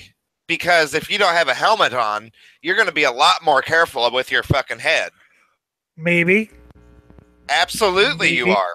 Maybe. No, absolutely you are. Like the UFC, it used to be non-gloves, no gloves. But once they instituted gloves, it became more dangerous because you can just keep pounding. Whereas if you don't have a glove on, you'll break your fucking hand if you keep on pounding. So you're going to be more careful. But you know the odd person still will pound and break their fucking hand. It happens, yeah. But most of your competitors are not going to break their hand on purpose. But yeah, I think I mean I don't really watch other sports other than because there's so many different types of motorsport already. Like like with the pads on in the NFL, you're willing to hit people a lot harder than you would if you didn't have any pads on. The game I don't understand is cricket. Yeah, I don't understand what's going on in that at all. Like I can understand soccer. I don't care for it, but I can understand it. Cricket, no earthly idea. No earthly idea here either. We're just past midway. Yes, we are. Just a real quick thing. I do like sports that are like parlor games, like darts, pool, bowling, those kind of things. I In like terms darts. I like darts for one reason. Because the capacity for injury. of Ah, yeah. If you hold a professional dart in your hand, it's a little weapon. isn't it though? You could, huh? Isn't it though? It's fucking It brutal. is, dude. If I took one of those professional darts and threw it as hard as I could at a person, it might kill them. Like, it might kill them. Seriously. I mean, that's why I want archery to be successful, just because I want people to. A steel tipped dart. If I threw Yes. it at someone's chest as hard as I could, it might make it through. I want to throw it at someone's eye, see if it breaks their skull. Ugh. And I know how to throw a dart. I know how to do it so that it spirals. So it's actually very difficult to do. It's kind of like throwing a football, only you're doing that given English with your fingers and wrist. Like, I wish I could play darts right now. I want to. Like, I'm practicing my throw. Yeah. Seriously, dude, darts is a great game. Golf is the most boring game. I mean, It's a very, very, very hard game, though. golf is one of those games that I could see playing it would be interesting, but watching it on like television, just Yeah, golf is a very hard sport. So is I'm not saying, but pool is actually very hard. yeah. So darts honestly is very hard. Bowling's very hard. Rossi second, Alonso third, Kessler Nevis fourth, Hunter Ray leading. Hunter Ray's opened up a pretty big gap. Hunter Ray was hanging out back in like 8th, 9th, and 10th. He's gone for it, man. It looks like Rossi's in the lead. No, Hunter Ray's 3 seconds ahead. I'm confused because the car's out front. Car? Wait, no, never mind. Okay, never mind. I see Hunter Ray way up there now. Yeah. He's got a pretty significant lead right now. God's retarded. Dun, dun, dun, dun, dun, dun. I didn't see Hunter Ray way the fuck out front. Holy shit. He could get traffic in between them. He might have a chance of just going all the way. There's over 200 miles to go, though. If I were Hunter Ray right now with that much of a lead, I would use this right now to get some traffic in between him and Rossi. It doesn't. Yeah, I would. Somehow he got way out front, which is not good for Rossi. That is not good. Rossi's hoping for yes, there's a lot of the race to go. However, some things could happen right now that dictate what happens the rest of the race. The battle might be for second here soon.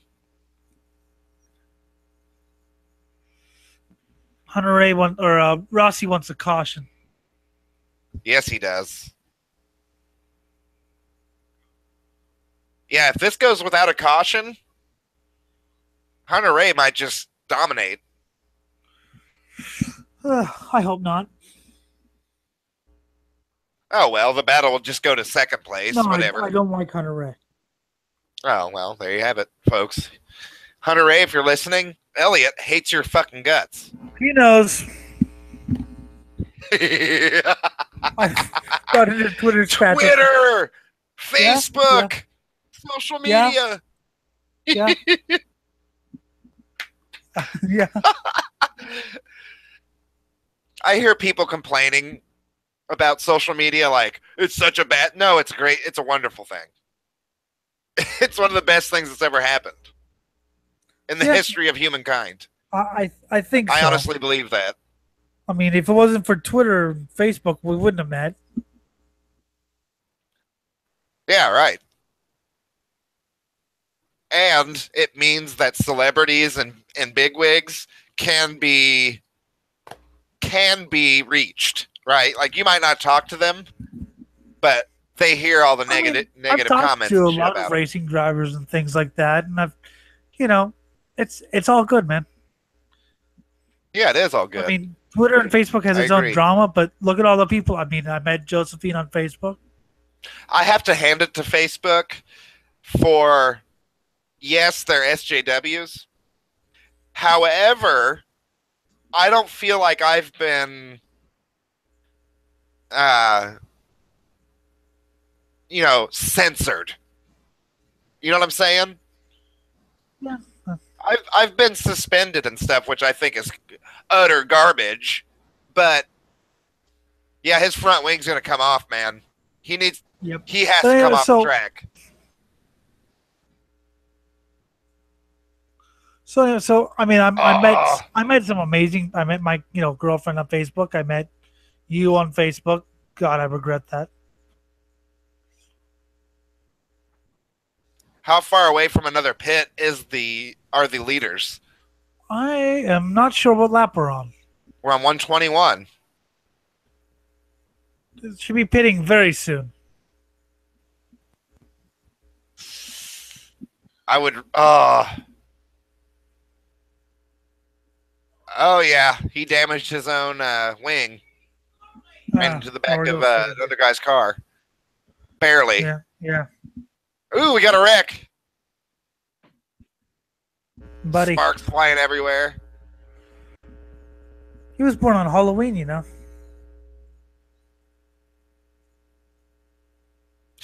Rossi's happy.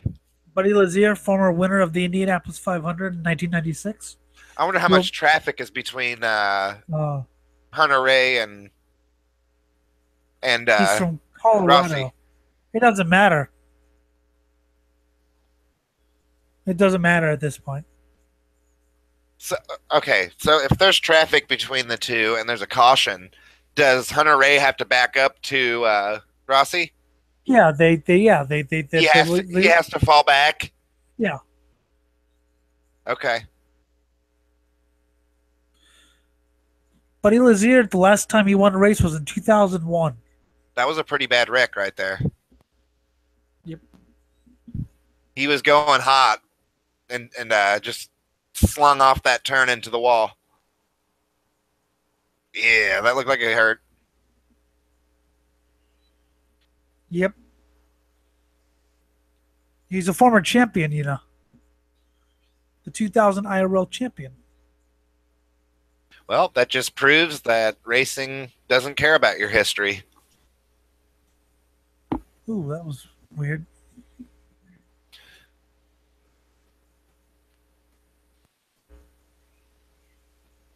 It's crazy how many sparks are coming out from under that car. Yep. It's crazy that the last time he won this race 21 years ago. Wow. Yeah, right? That's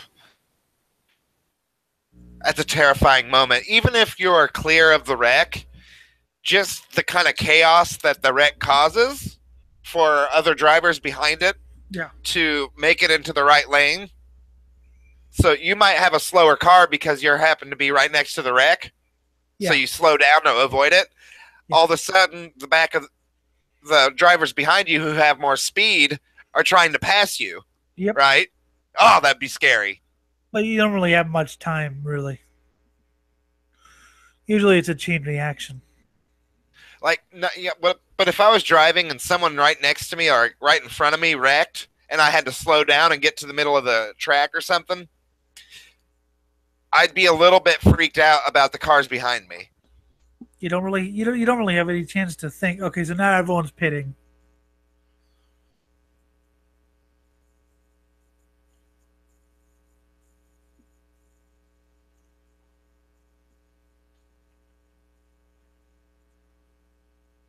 $34 laps for one tank of fuel. Okay, so it's 34 laps, and then it's so just under a lap 68. Or two. Actually, two. If they only pit twice, then they should be 2 laps short. Because 34 plus 34 is 68. 68, and then you're at 19. Yes. So how many laps would that be? Okay. So you pick twice and you're good. I wonder, I need to know more about the engines and the RPMs that they run. Because you could potentially shave off a couple of those laps by running soft on a lap or two. Yeah, but you're at this point you're not going to get any more. I mean, it's going to be a 2-stop race from this point, regardless of what you do. You have to be fucking like superhuman to do, any more than to do a 1-stop race. Was it? What did you say? 19 laps? No, I'm sorry, 9 laps. You'd have to get 9 laps. That's just not going to happen. So, I mean, you 2 or 3, I can see 34 laps per gallon. 34 laps per tank. Per tank. Okay, so how many gallons is that? I don't fucking know, but I'm trying to figure this shit out, dude. Hold on. The point is, it's impossible. You're not going to get. It's a 2-stop race from here, unless you get a lot of cautions, which you'd have to get 18 laps of caution, 19, 20. So yeah, basically it's a 2-stop race.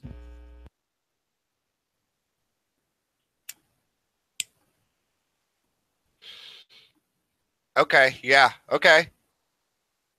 So the more laps on caution, the more wiggle room you can have with your gas. Yeah, but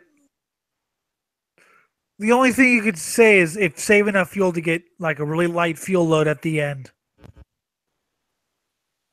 Yeah. Yeah, that's a good idea. Just do like so what would you said 9 laps? So pit with like 10 laps to go? Or would you want a short pit for the second stop and do about 20 laps and then have a 20-lap run or whatever at the end of the race where you don't have to pit? So you're thinking pit at 20 and just go full bore with a light load. So 34 and then so 34 laps, then you pit, okay? And there's 53 to go. So let's say you do 30 laps. So that's 23, and then you just go full bore. Yeah, at 20 laps? Wait. See, I'm trying to figure out. Wait.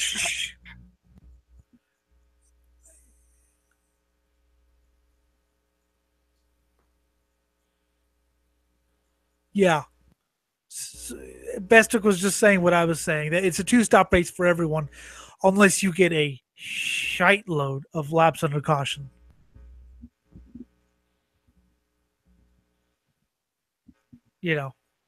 That was what, 3 or 4 laps under caution there?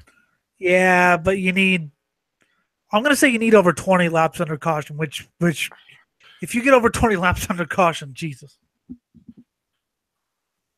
That would take like 5 crashes between here and the end of the race. That's probably not going to happen. Not just 5 crashes, but these are long laps.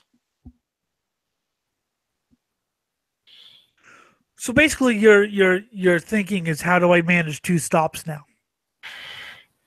I think you're right to pit early, a little bit earlier than running out of gas. You know what I'm saying? And then basically they're gonna run out of gas with 9 to go with 2 stops, unless a caution. I mean, because if a caution changes, you'll go pit whenever the leaders pit. So I guess we'll have to just sit and watch. Interesting. And also, we're not even talking about how the drivers perform on green. So, like, we need to know who's running hard now. Well, everyone's going to run hard now because you can't do anything now. Yeah, but some are going to run harder than others. Guarantee it. I think now it's full rich. Okay, so it's a 2-stop race, but when do you use your stops is going to be the question. And I think you're right that they'll make another one in 35 or 34, 35 laps. And maybe they'll pay 20 or 30 laps later. Yes. Basically, yes. I think you're right. I'm guessing 1 or 2 will chance it, but who knows? Well, of course, like I said, if yellow comes, it'll screw the pit strategy all up. So, hey. Okay, so the question isn't so much about the end of the race. It's about that last pit stop. When do you do that? I'm not sure. If you get a yellow, you do it then. Obviously. Man, you really got to know your car in this situation. When it comes down to these last pits, that's why you really got to know it. Well, like imagine the strategist right now on those teams trying to figure out the math. Like they could probably tell their driver, keep it at a certain RPM. Don't go above that. No, they have things, fuel mixture sensors that they could basically dial it up to like full rich or whatever. Although I'm pretty sure the calculations we're making will be laughed at by everyone else. I'm sure if people actually people who knew actually heard us, they'd be like, "Oh yeah, that's probably nothing information to them," is what you're saying. Yeah. Alonso's in second. I still think it's interesting though to think about that. Oh yeah, I do 24-hour endurance races, dude. I think about strategy all the time. This is nothing. Alonso. Andretti Autosport. Yeah, well, I honestly think that when it comes to the Indy 500, it's the front 10. So like 7th, 8th, 9th, and 10th are really good positions to be in. 7th, 8th, 9th, and 10th. Who should I be watching? Well, we will see. Now, I have to say that it seems like the leaders of this race seem like they're going to be tough to beat. Here's another caution. More laps on caution. So we went like what, 5 or 6 last time? 2 or 3 actually. It was 3. Yeah, but this one shouldn't last long. No. Ooh, shit! There's people almost running over this debris, and they're barely missing it. Yep. Oh, that blows. That sucks. Can you imagine? When the battery dies. How does a battery die on you? God. James Davison had a really good race in the NASCAR race at Mid-Ohio this year. This is a tough one to call, dude. Because, like I was saying, the race leaders, your Rossi, your Hunter Ray, they seem to be tough to beat today. Yeah. But we'll see if my theory holds out at all. It did last year. Yeah, that was actually impressive.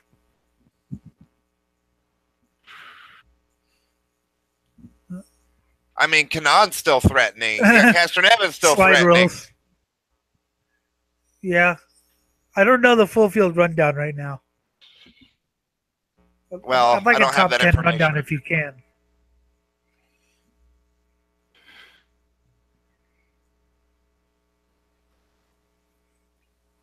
So Vedra.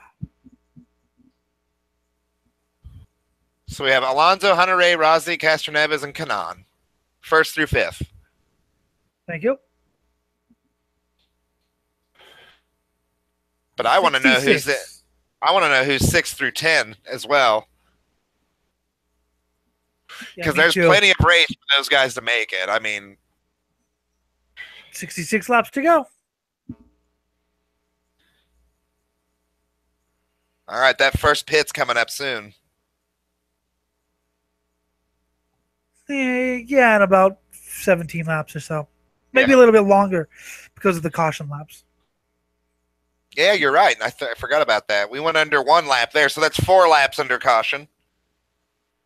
Just about. So maybe a little bit, but who knows? We'll have to see how the strategically So we have works. Servia, Power, and Montoya. Carpenter's in 12th.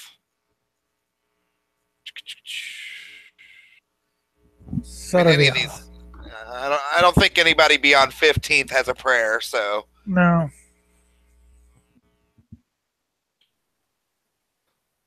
Ray Hall's way back. He's having a bad day. Yeah. Yeah, these leaders seem tough, dude. 1st through 5th. They've been holding it down the whole race, man. Yep.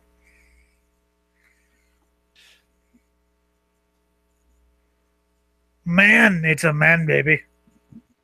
Man is a woman.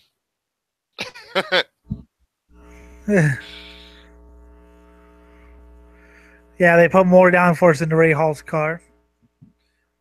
We call him Gray Hall. Graham Ray Hall. Gray Hall. Get it?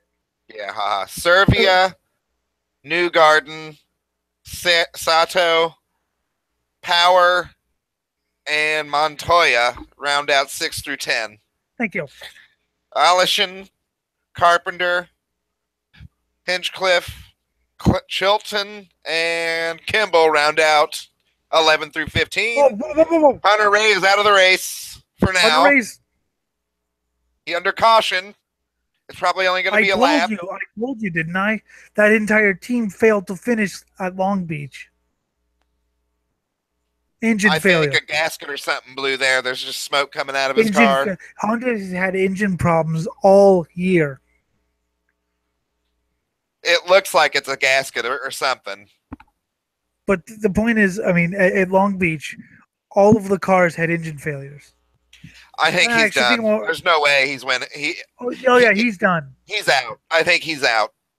But he was the leader, and his team has been dominant. Well, they had 1st through 4th, didn't they?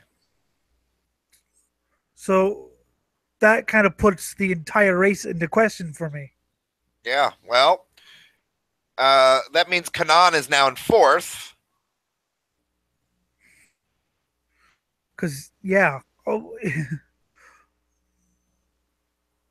Because, wow.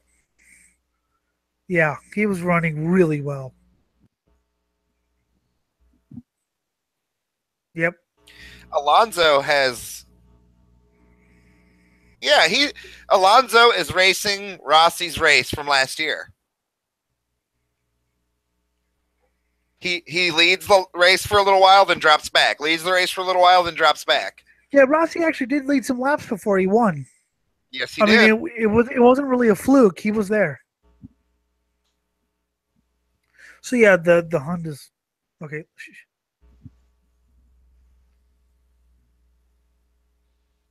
Yep. Gasket. That was a gasket. That was a horrible noise. Did you hear that? Yep. Yep. So this puts in I told you, Hunter Ray, his entire You did team. mention that the Hondas were having trouble. What? You did mention that the Hondas were having trouble. At Long Beach, the race I went to in April.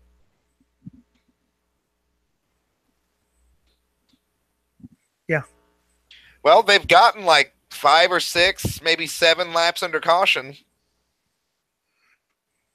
That's about half of what you said they needed, so that does change things. A little bit. Well, they're going to pit anyway.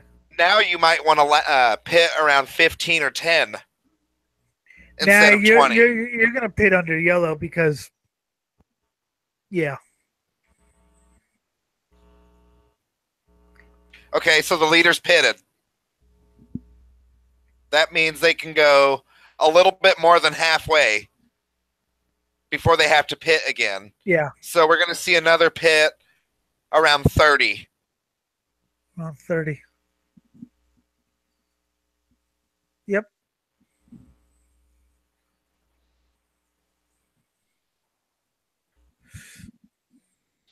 See That last pit at 30 this. is going to be the most crucial part of the race. See this. This is something. Back in the day when engines used to fail, and there hasn't really been many failed engines. I missed this actually. The attrition. Yeah. Because back in the day there used to be a crap load of it. Now there's not very Even much. if I just want to mention, even if Rossi doesn't win this, he has raced one hell of a race. Yep. I said last year that I want to be a fan of this guy, and this year I am a fan of his race here. He's doing a great job. I've seen him since he was racing in Europe. He seems really well composed. Yeah, his team just saved his ass in the pit. Yeah. Stop!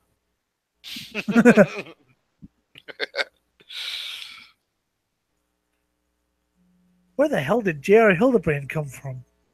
He was in like 10th. Ed Jones. Where the hell did Ed Jones come from? You said he was 28th. Yeah, he was. Well, the leader's pit, so. True, but still. Yes, he has. Got to hand it to the rookie. I love calling Fernando Alonso the two-time F1 champion a rookie. Right? That's what I was saying earlier. He's racing a Honda, though. He is racing a motherfucking Honda. Is Rossi racing a Honda? Yeah, he's on the same team. Sato, Hunter-Reay, Alonso, Marco Andretti, and who the fuck else? Man, that wreck. Who else is in Andretti Autosport? I don't know. See, Alonso, Rossi, Hunter-Reay, Andretti, and Sato. There goes his engine. Okay, so watch out.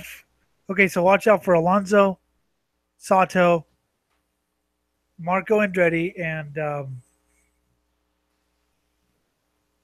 the fourth guy. Yeah, Rossi, Alonso, Andretti. Okay, please. They need to scroll the positions again. Come on. Well, it doesn't matter. The first 8 are sitting ducks. First through 10th is ultra close. Well, first through. So there's 4. Yeah, 1 through. There's 4 AAS cars left.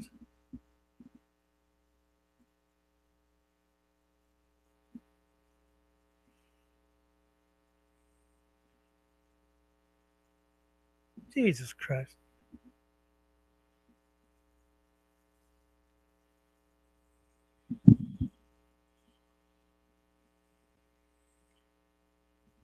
These cautions are constantly making these teams recalculate.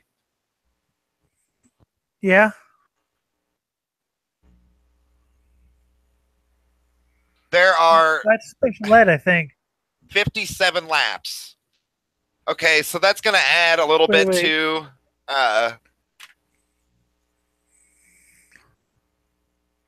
Okay, I think special ed's coming to. Yeah, he is.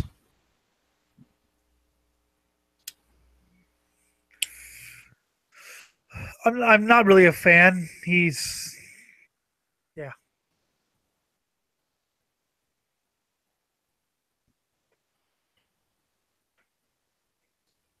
Yeah.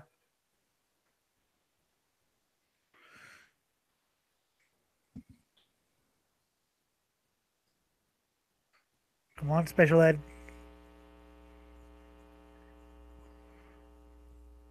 Yeah. Yeah, he was just between a bunch of cars. And yeah. I think that guy's right. That's Scott Goodyear. Oh, yeah. 5-time IndyCar winner. Yeah, dude. Carpenter had all kinds of cars like shifting position in front of him. Yeah. And you could see his car getting shaky because of it. Yeah. It fucked him up. Yep. That's so nuts. Yep. Oh man, they're taking forever to fix it. Damn, guys, come on, get that motherfucking wing on there. Oh, dude, I'd be so frustrated. There it is. Okay.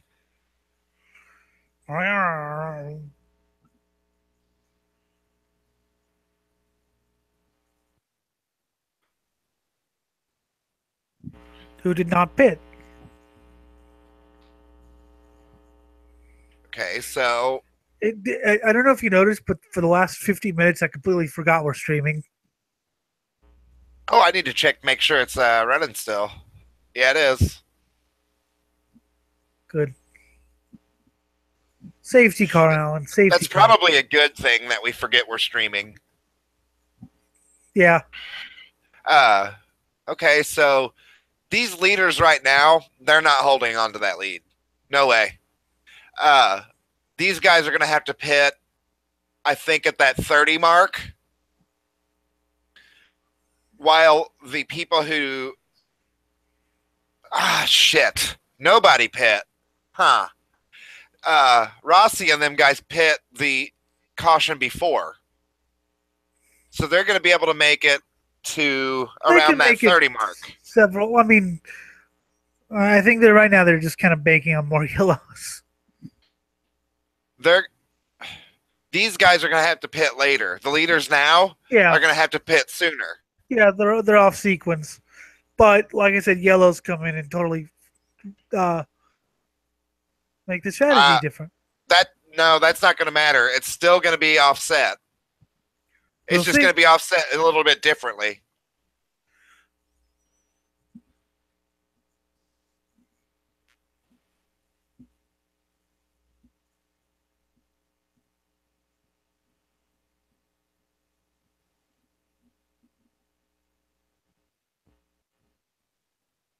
Yeah.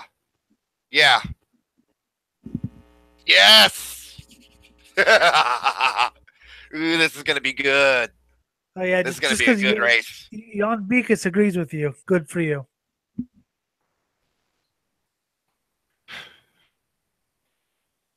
I'm not saying those guys are going to win. I'm saying it's going to be a good race because of that. I think, yeah. And Sato's right there with them, so we can see some kamikaze shit.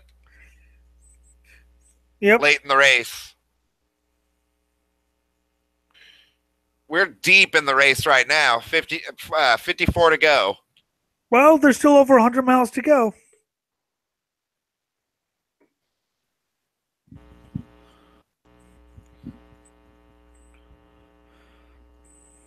Ran out of gas as soon as he hit the checkers, too. I remember that. I was like, hey, Dada, no, he's on our field. Epic. That was epic. You know how good it was, Scott? I watched it twice. I actually watched it, live, and then I watched it with you the night of. We could stream that race, and I think we could make that one entertaining as well. We did stream it. No, I thought we just listened to it. No, we streamed it last year. Dude, I was half asleep when we did that. I know. But you still picked the winner. And I thought it was funny that I was able to not give anything away despite the fact that I watched it. Right now, Kanan is basically in the lead. He's in 11th. However, no, Castro Neves is in the lead. I know that, but no, I mean Castro Neves is virtually in the lead. He's in 8th, but he was the first one of the cars to stop recently. Okay, but I don't know, man, because okay, so who is in the lead? Castro Neves? Castro Neves is in, I think, 8th, but he's virtually in the lead. But he has not been threatening that much today. But I mean, we don't know how he is right now. So I'm just saying he's virtually in the lead. I have to mention though that the people right behind him have been dominating. Yeah, but Hunter was dominating. His car blew up though. That's Indy, isn't it? Well, that's racing in general. Yeah, but it seems like it happens at Indy. Andretti's in 8th It's Kanan, Alonso, Montoya, and Sato in 11 through 14. Thank you. Green flag is back in the air. Rahaal's in 5th, but he's going to have to pit. But we'll just have to see what happens. Castroneves got back in 8th.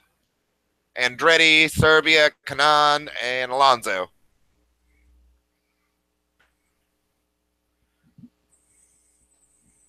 Whoa! Wow.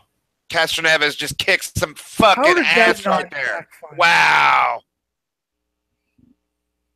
He just whipped some ass.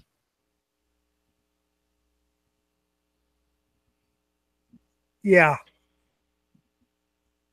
Oh, man. He just put himself in a real cherry position.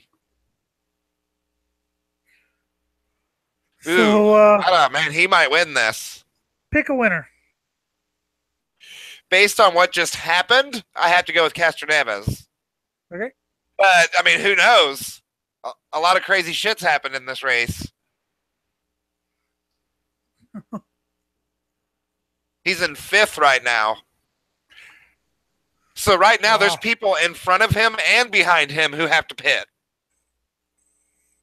Wow, James Davison. Yeah, Jones is going to have to pit. And Jones. Serbia has to pit. Oriole. Kanan is in 8th. Alonso's in 9th. Sato in 10th. They're still a threat. Yep. Rossi's way back, man. Unless he's trying to conserve his motor. Graham Rahaal's pitting. He didn't want to pit, I can tell you that much. Flat left rear. Oh, that sucks. He's done for then. Yeah. He's done. Yeah. Rahaal's done. Rossi's way back, dude. He's in like an 18th, 19th. He had fuel problems. He had problems getting the fuel in. He's going to have to run one hell of a fucking race if he has a prayer. Well, we'll just have to watch.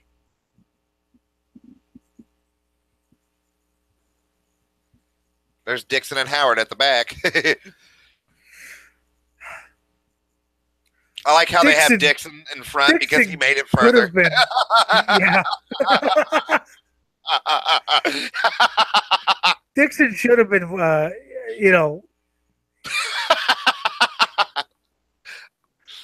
Okay, Kanan 8th, Alonso, Sato. Again, same positions. Ooh, okay. Sato just dropped off big time. He went back to, I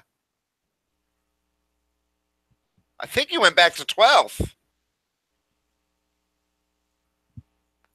Rossi gained a couple positions. Carpenter's right behind him, 18-19. Special ed.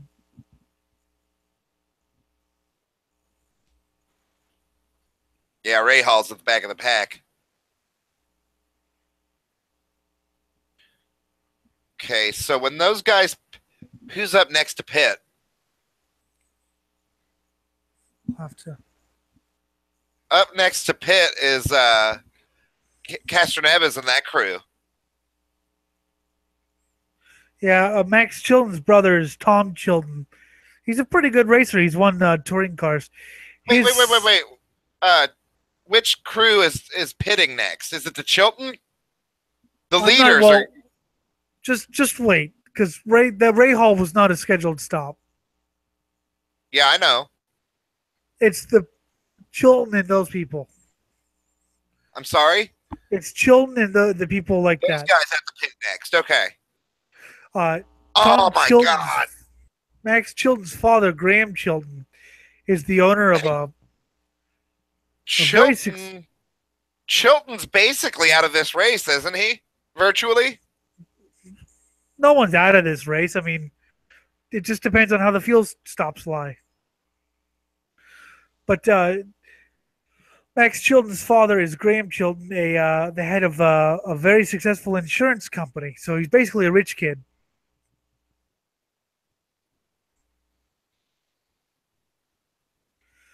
Yeah, they keep on talking about the Castroneves 4-time thing. I mean, that's history, so it's worth mentioning, whether you like him or not. Yeah, but I mean, really, fuck them.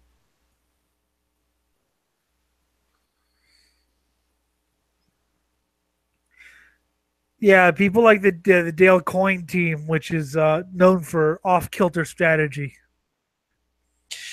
But I can't see how they can possibly win this race right now. Because when they pit, that's it. And they're going to be back in the but then the other guys have to pit. Oh, God. They may actually, now that I think about it, they might actually be in the best position. Well, yeah, but if a yellow comes, that changes everything. Yes, you're right.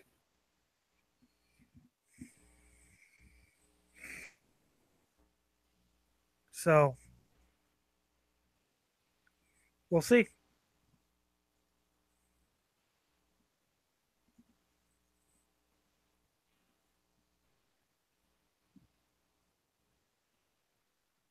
Logging laps. Unless there's a yellow, which there's been a lot. Yes, there has.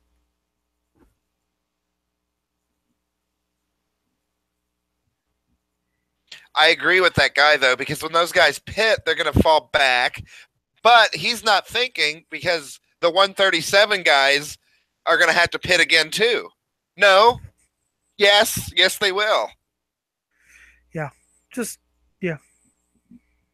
Maybe not, though, because they might run. Oh, they're going to have to pit again. God. They're pitting at like 30.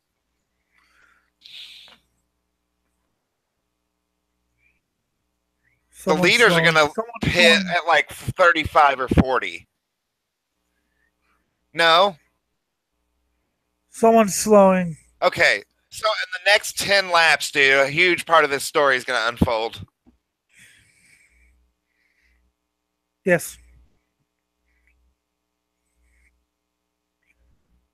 All right. So Davison, Chilton. Spencer Piggott slowing. They're going in the next 10 laps. Next 5 laps, maybe.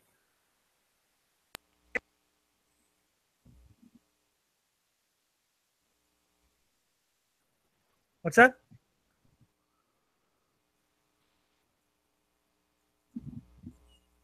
Your microphone just died, I think. No, can you hear me? Yeah, okay. Hi. I was just thinking.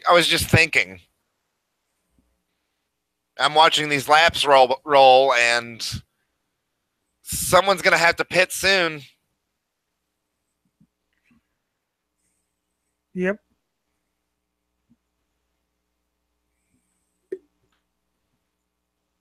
He's got a little wiggle room to save some fuel. There's less than 100 miles to go, Scotty. These stops are going to happen really soon. Yep.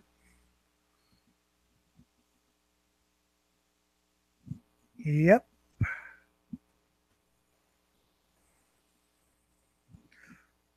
Yeah. They need a yellow in the next lap or two. No, they need a yellow in about 5 laps. They can't make it to 5 laps, dude. They're going to have to pit before that. Yeah. Yeah. They need a caution like now. Like, if they could get a caution now, they could pit with the other guys. For sure. Oh, my God, dude, this race.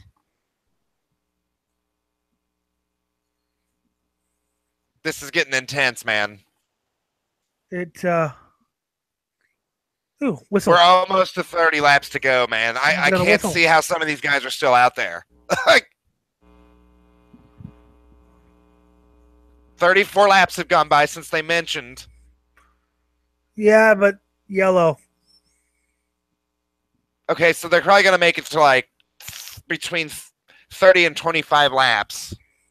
Then everyone can make it on one yeah. They might. Okay, so here comes the pits. Max Chilton's pitting. Here comes the pits. Oh my God.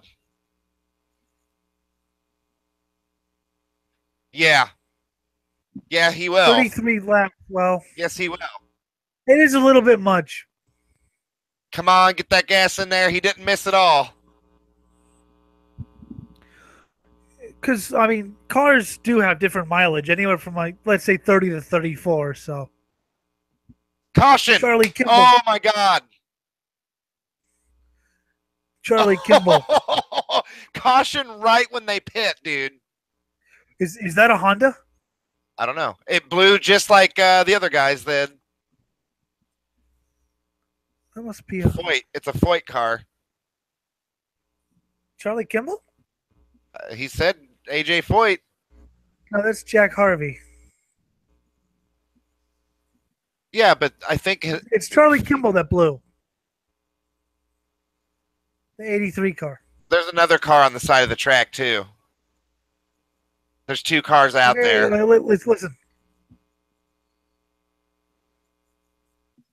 Oh. Yeah. So that caution's going to be what? Maybe a lap or two? 2, 3 laps. Basically, everyone's going to pit now. And that fucked Max Chilton over. Right. If he would have waited a lap or two, he'd be in a really good spot. But then again, can you imagine the luck? How bad of luck is that? You don't know that he needed a caution, but it's a caution that fucked him over. Wow. Yeah. Wow. Well, he's going to stay on the lead lap, but he's going to be way at the back. Yeah. But still, right? Like just a few seconds ago, we were saying he needs a caution. Right. Then he goes into the pits. Then he gets it. And then a caution. Wow, he got fucked. I need to see something really quick. That's too bad for him. Yep. Okay, so absolutely nothing has happened that I thought was going to happen.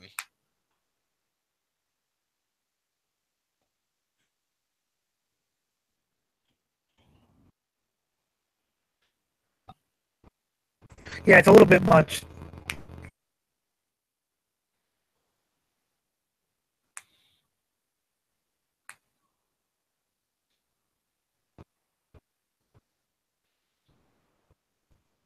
It's interesting all of a sudden.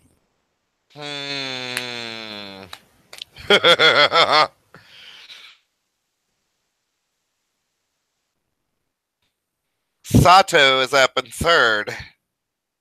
Man, Rossi's not even on the top 10 anymore.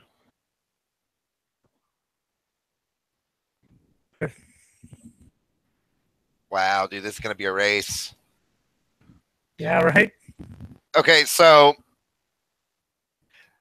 they said 33 to go, but a couple of these laps are on caution. So I think these leaders are going to be fine. These guys are fine.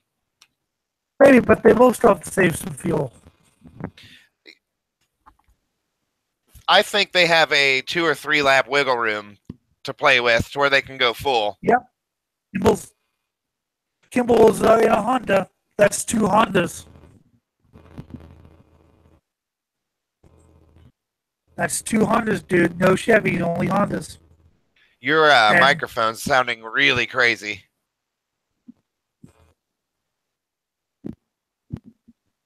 Green flag back in the air. Okay. That's a Honda.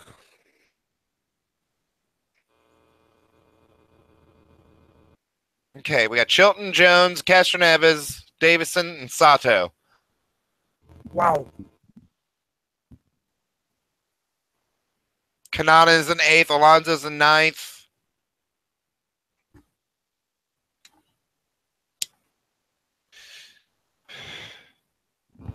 At this point last year, Rossi was running like 7th, 6th.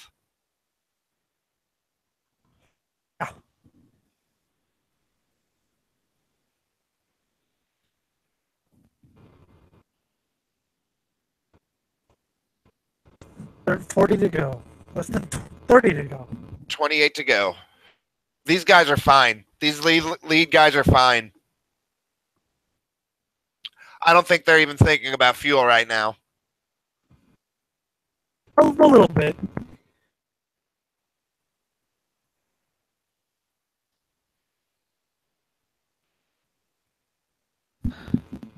My microphone sounds fine. What the hell are you talking about? There's a very strange sound on it coming on my end.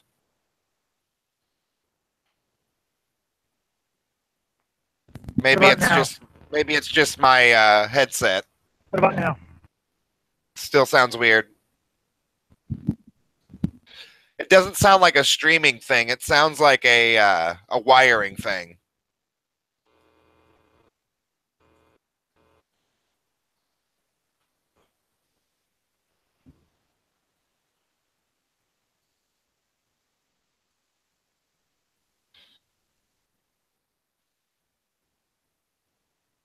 Oh my god, dude. This race is getting interesting. Test. What about now?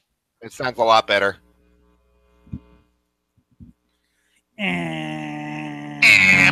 Elliot's microphone's stupid. Just like him.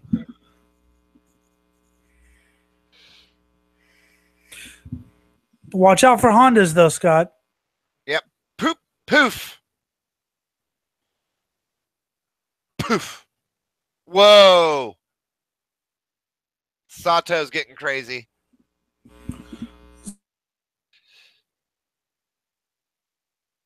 Sato doesn't have the car. I don't think Sato has the car.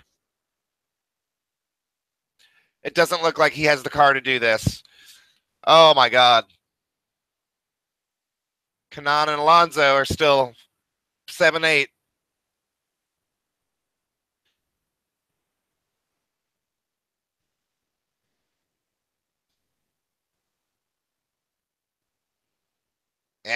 He's in 11th, though.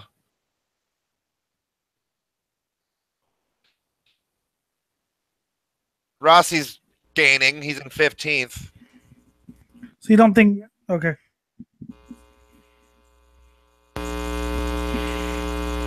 Uh-oh, we got major interference or something coming through. It's gone. It's gone. It's back. It's gone. Wow! Alonso, man, he's trying.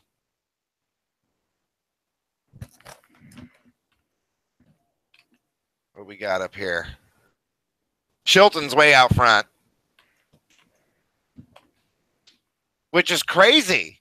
How's he out in front? He just seemed to be there. Like, yeah, right? I thought he got fucked over by that pit and the caution. I thought so too. Huh. I don't think Sato has the car. Nope.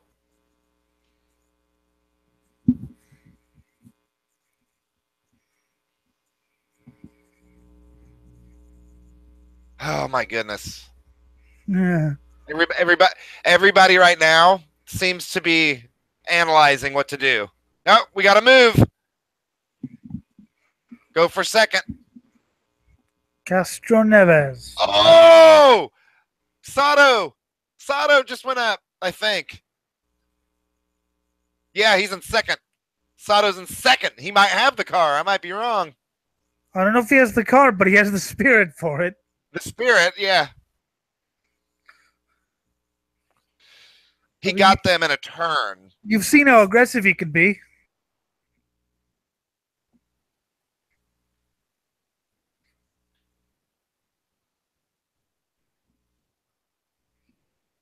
Yeah, that could have been a crash.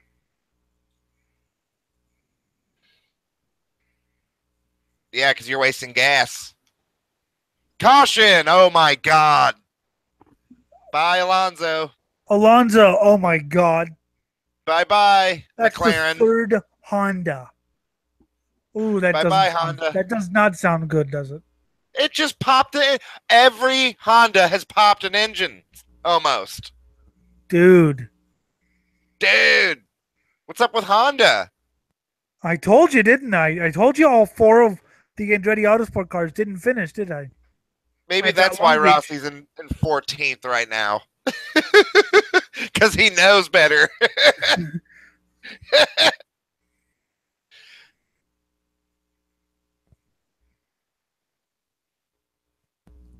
Ah.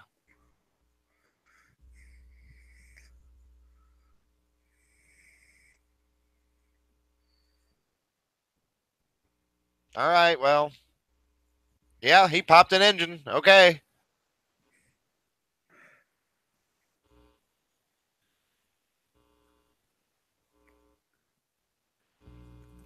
Yeah, Yep. yeah, he did. I mean, he led the race a lot.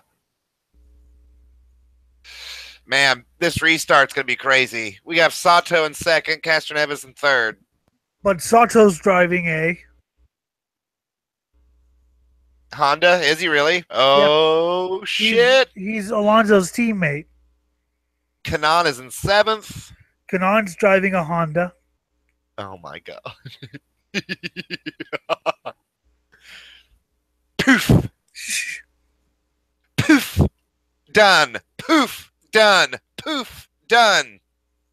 That's sad. Especially since when they're working awesome. Shh. I want to hear.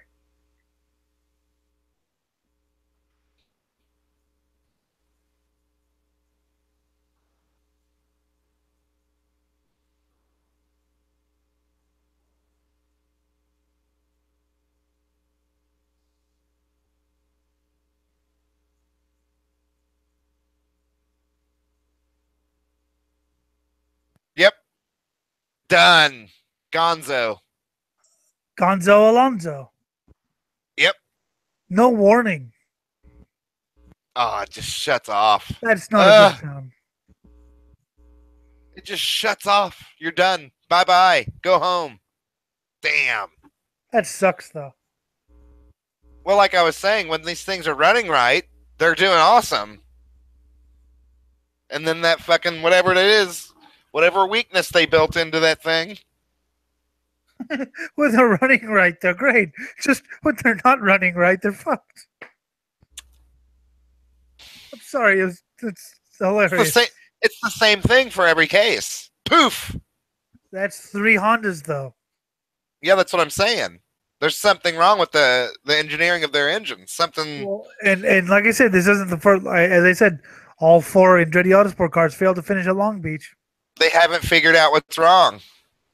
No. So who's your pick?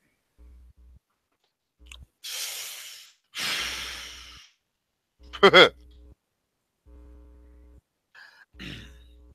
need to see the rundown again. Castroneves is in a Chevrolet.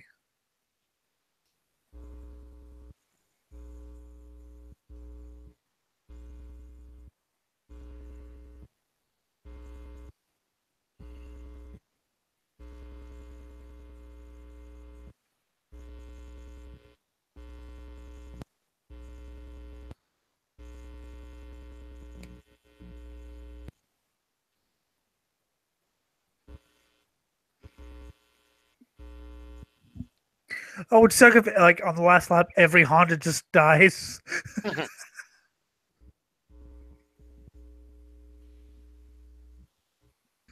that would be the definition of a shit day. Well, then, they just explained that an additional 10 horsepower to these particular engines have caused problems. Well, that tells me you need to scrap it and start over. No, because they weren't competitive. They weren't competitive when they added the horsepower. Besides, that's any engine. But basically, race engines are at the maximum. So if you add 10 horsepower to any engine, you're stretching it. Then don't. But they had to because they run competitive. Well, that tells me they need to start over. No, it's just, I mean, They need to design a new engine. Would you rather be competitive but fragile or strong and uncompetitive? Well, I'm just saying that they need to start on making something better because that's not going to do it.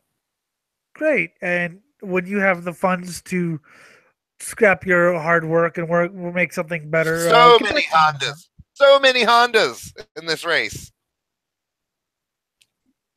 I'm just saying. There are 8 Hondas in the top 10 right now.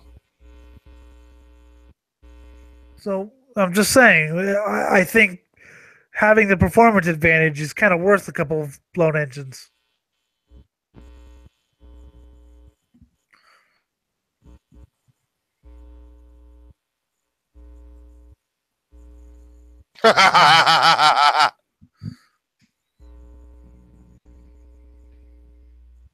So these guys are all going.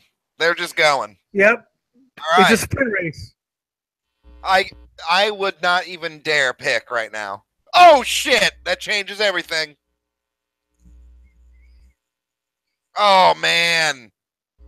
Oh, awful. How many people? 5, 6?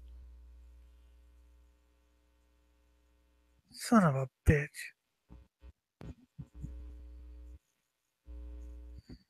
Will Power has won the road course race because I don't know if you know, Scott, but they do a road course race in Indy before they do the 500. Oh my god! And Power's won the road course race twice. Wow, impressive. But he hasn't really had much of a. I mean, he finished second one year, but he's crashed a lot. I can't wait for this scroll to go by again to see the new positions. Son of a bitch. Because I'm pretty sure Rossi's up there now. Well,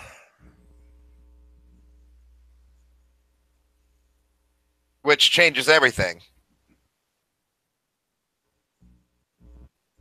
I'm seeing that Dixon Howard thing at the end every time, and it's cracking me up.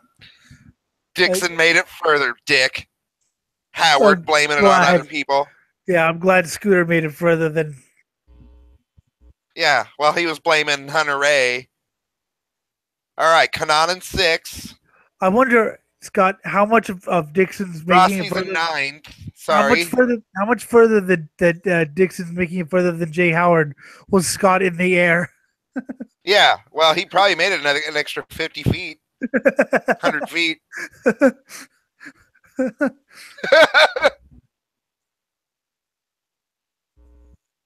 He just oversteered. Straight up. Straight up oversteer right there. Caused all that shit to happen. Davison, not Davidson, you fucking idiots. Goodyear.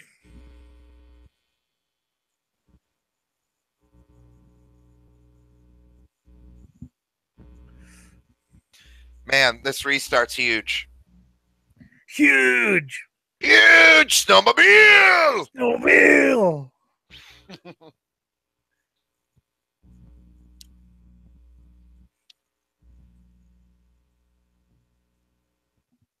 Yeah. Ooh. I hate those wheel guards. That's about $1 million worth of damage we're seeing on the screen. I hate those wheel guards.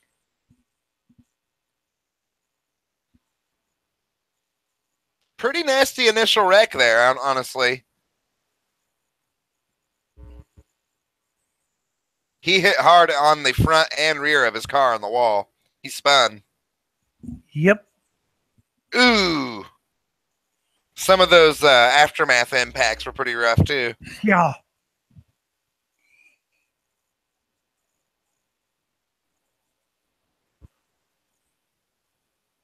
On board. Oof. God damn it. Oh.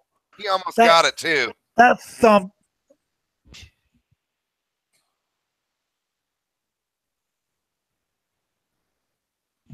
Oh. Ah. That's one of those someone just hits you out of nowhere. Christ. You're just racing along and all of a sudden, Okay, bam. Hinchcliffe.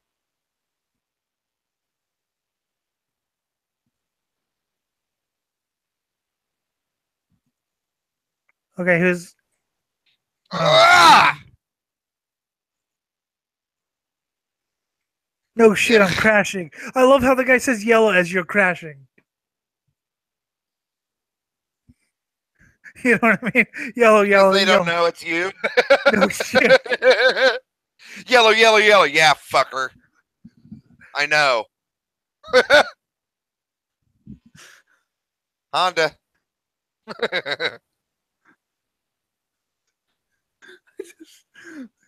I like the exasperated. So, Uh, Chilton, Sato, Jones, Castro Neves, and Hildebrand, top 5. I guess Will Power was actually called by the Indianapolis Motor Speedway ticket office. I guess they thought he had a ticket or something, for the race, and he was asked, "So, did you enjoy your experience at the speedway?" Not really. I crashed. Deadpan. Yeah, just deadpan. That's still nothing compared to that. Just looks dumb, or that looks dumb. I love great Graham Goodwin, who's a writer of a sports car website. It just looks dumb. And it was dumb. That was a stupid ass rack. Yeah, but come on, what? It was even better. Oh, accident! Oh my god, the next call right after that was ridiculous. That Oh, accident! like, oh my god, dude, it's a wreck, not a fucking Wouldn't it be like great? he had a If, fucking orgasm. wouldn't it be great if like the ABC guy, oh, we're for the new, let's blows up. I just hate that these guys seem to be directed to not overreact to anything. I just don't think they care. They only do this 5 times a year. They might not. They might not. Seriously, Scott, this happened in May, and next week was the beginning of June. That was their last broadcast of the year. They don't care. They do this 4 or 5 times a year, and the NBC guys do it for the rest of the year. Okay, so NBC needs to take over again. One day I'll show you. I have to show you the Pocono 500 from this year. It was amazing. Only 6 Hondas now in the lead 10. Well, Chevy yeah, has 4. But McLaren, Honda. So McLaren and Honda work together? Honda supplies McLaren with engines in Formula One. And unlike the Honda engines here, the McLaren Honda engines suck. Well, yeah. No, I mean, they're like vastly uncompetitive in F1. Oh, okay. Yeah. I hope he comes back to Indy, Alonso. But he ran a good race. Can't take that away from the guy. I hope he comes back. He's going to be racing the Daytona 24 in January. I have to piss really bad, and I hope this race gets over soon. I think I can hold it for 20 more minutes or so. Well, go there. It's a yellow, dude. Well, nah. I can hold it. I'm just saying. I just thought everyone would like to know that I have to take a piss right now. And I'm holding it for you. Because he just loves you so much. Well, it sounds like I hate you if I'm describing that I need to take a piss. I just really want you to know. I'm doing this so that you understand that right now I have to take a piss. Yeah. Yeah. I like ruining things. You're not really ruining anything, though. Shut up. I want to ruin it. I just ruined your mood. Not really. Asshole. All right, here we go. Who's your pick? Pick someone now. I got it right last year. There's a lot of pressure. All right. So, we're going full bore. 11 this laps. Race is full bore. 11 laps. I'm going to pick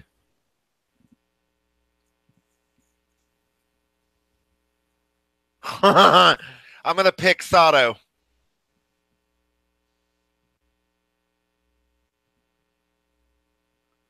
Okay. Oh, my God. He's such a wild card, though. I don't like that pick. Ah! He is Mr. Kamikaze, and he's in a Honda. But we'll see.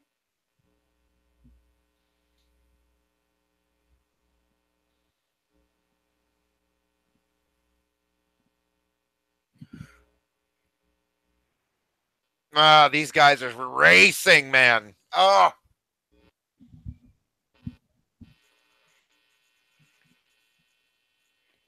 Yeah. Oh, dude, they're pushing it hard. This is a sprint Every race. single racer. Every one of these guys is pushing it. There goes Sato. Nope. Nope. He's not getting it. Nope. Ah! Come on, Sato, you son of a bitch. Just don't do anything stupid. Do something stupid and get away with it, please. Well, that's not really Sato's forte. Shit. I know I'm wrong now.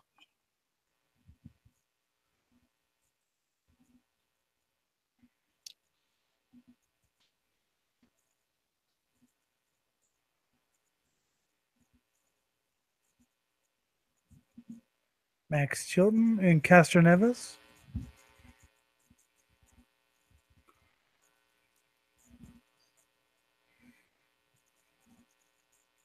It's these top three guys.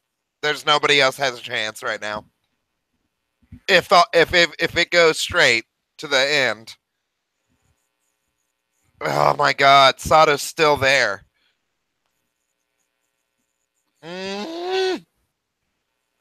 England, Brazil, Japan.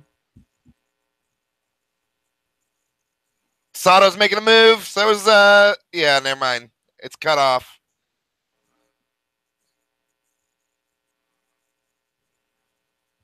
I've never actually watched this version. I've only watched I've only listened to the radio version. I love the windsock though. Okay. Chilton got passed. Castroneves in the lead. Sato's still right there in third. He's right there with him. Oh my God. Oh my God. Come on, Sato. Come on, motherfucker. Yeah. Oh my God.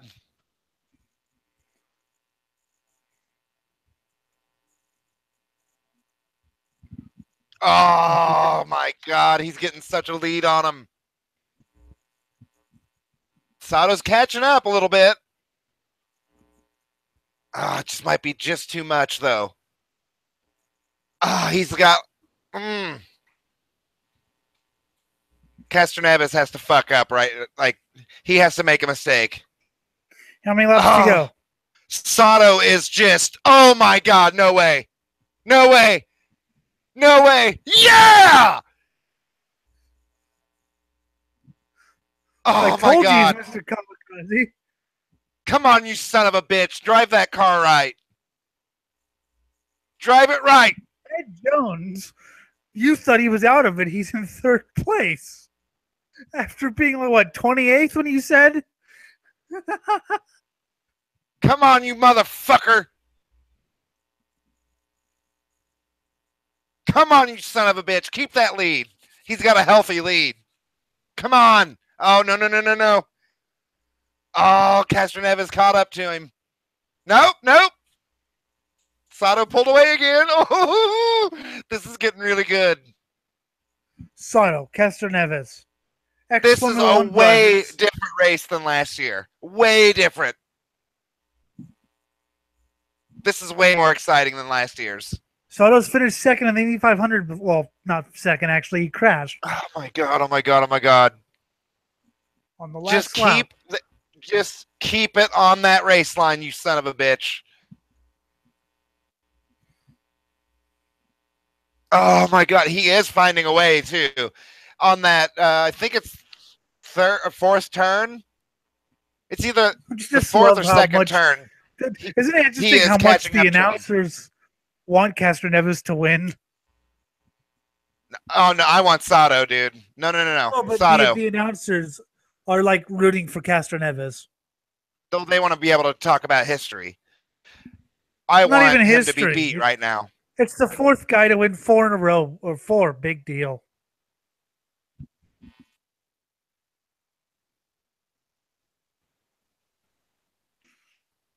Come on, Sato. You don't let him catch up to you like that. Oh, he's right on his ass.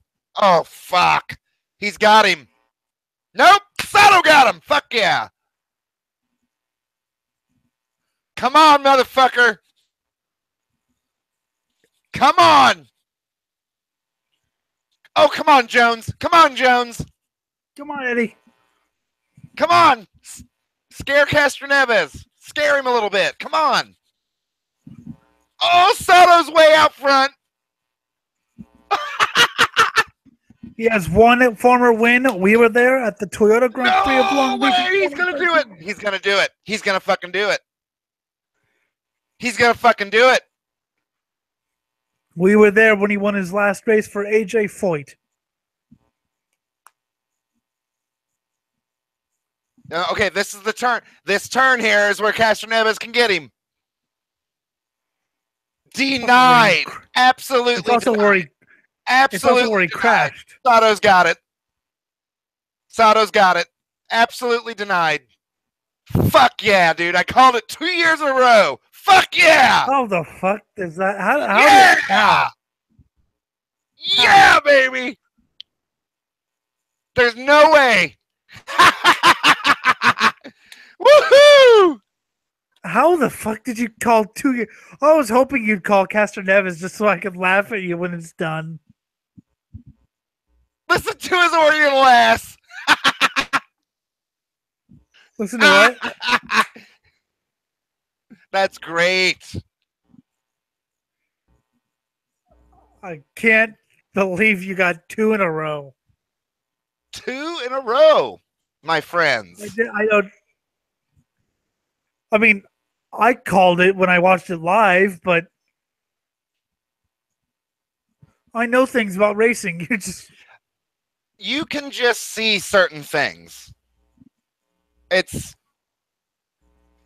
hard. It's very hard to explain. That you just see.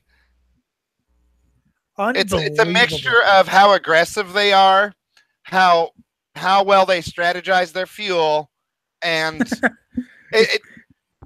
and if nothing goes wrong, like if you can see it. If anyone's aggressive, it's Takuma Sato.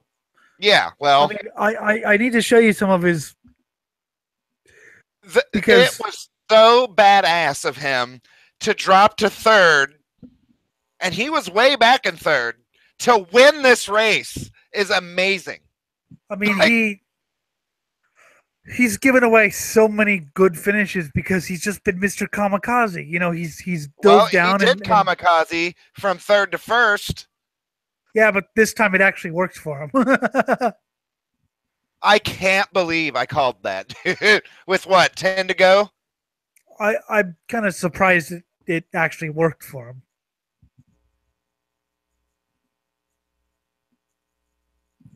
I mean, like I said, he's given away so many races just by being, you know, overly aggressive. Look how excited he is. That's awesome. I guess some guy got fired from his newspaper thing for tweeting about how he was offended by a Japanese driver winning the 500. Oh, fuck him. Because it's Memorial Day or whatever. That's the dumbest thing I've ever heard. It's like, well, that's one of those times where I support you getting fired. You're too stupid to have a job. It's just dumb. I'm not offended at all at what he said. He's just dumb. No, I mean, I'm just like, yeah, sure, you deserve to get axed. I'm not upset that he's racist or anything like that. He's just dumb. I don't know. It's not even a question of being racist, though. It's just like, you're too stupid to live. Yeah. Unbelievable. Having a little trouble getting that to victory lane. How There the we go. fuck did you? There we go. How the fuck? I have no idea how you called that. 2 years in a row. I mean, I could see me calling it. I could see. Do I hit bagpipes? And direct contrast to last year, the reason I called Rossi last year is because I'd noticed he was running soft almost the entire race, except for when he led a couple times. And he was able to stay out longer every time people pit. And it just ended up working. Whereas this time, they were able to go all out from like lap 20 on. And I remember you saying that Sato was a kamikaze motherfucker. So I was like, well, if they're going to go all out the rest of this race and there's no more pitting strategy involved for 20 laps, then Sato's got a good shot because of the way he drives. So that's what I based my decision on. Unless he backs himself. That's exactly what I based my decision on, is aggressiveness. Whereas last year, it was all strategy. No, unless he... Yeah.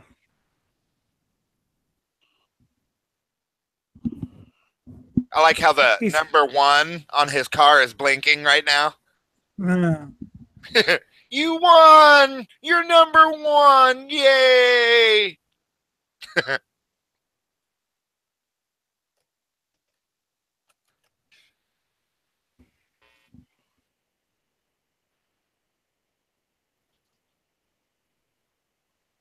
Woo! Nice. Who'd have thought? Way to go, dude. Way to fucking go. Yep.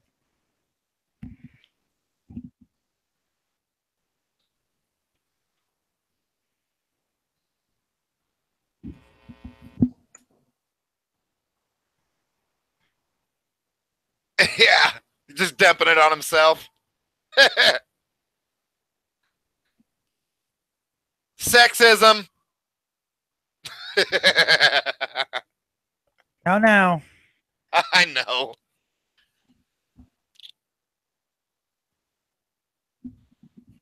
Unbelievable.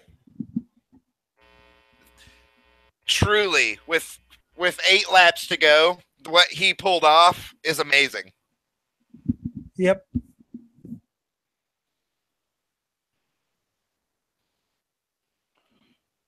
I love Oriental people, dude.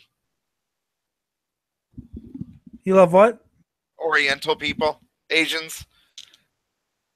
Yeah.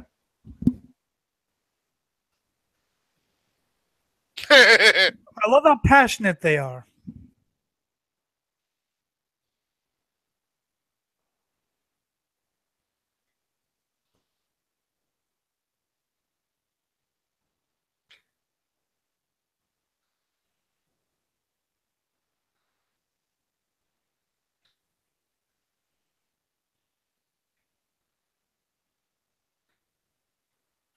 No, dude, you just straight up kicked his ass is what happened. He's being modest. Yeah.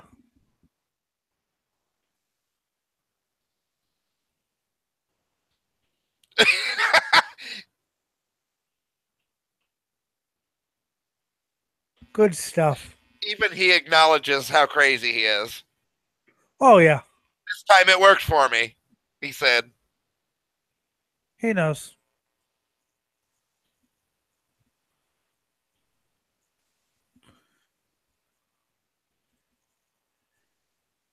Yeah. The 8 laps to go moment and the 3 laps to go moment were huge. Yeah. Awesome. Awesome race. That was a really good race. Yeah. That was awesome. I'm in the mood for another race. What do you want to watch? Unless you're fading. What do you want to watch? We can watch something shorter. We can watch sprint cars or something. Unless you want to do something different. Let's watch something a little bit different. I'll find something. Let's see. All right, I'm going to stop screen sharing and end that watch together. I'm looking up metal injections here. Well, folks, we just completed the 2017 Indianapolis 500, 101st running with the winner, Sato. Because I don't know his first name, and even if I did, I don't know if I could pronounce it. Takuma Sato.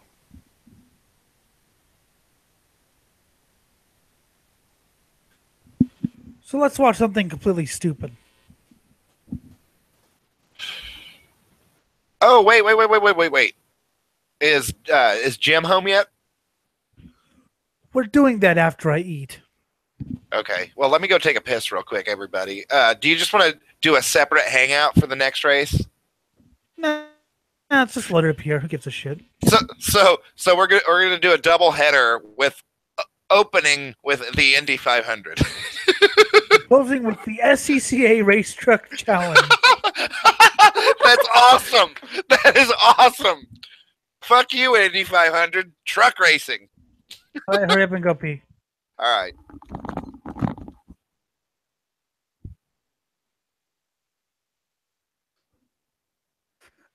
Yes, we're going to close it off with SCCA race trucks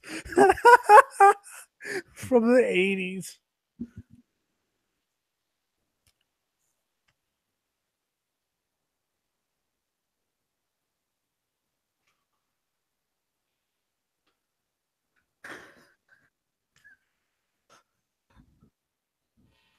Because I've always wanted to show him this series.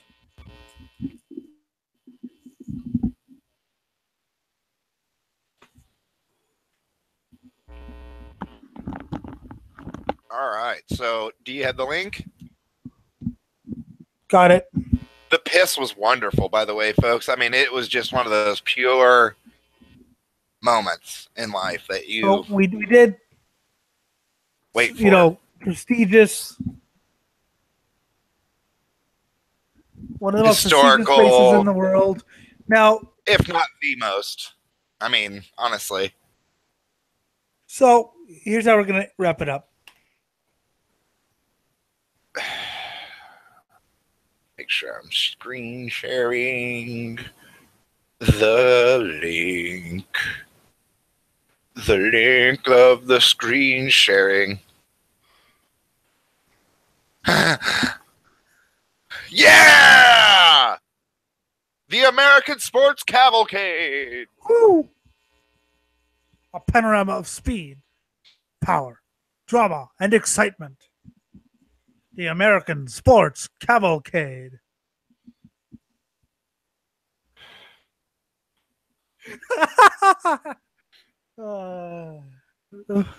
I had to. I don't mind at all. It's Paul Page. I think he's hosted the Indy 500 for about 40 years. So wow. There's your connection.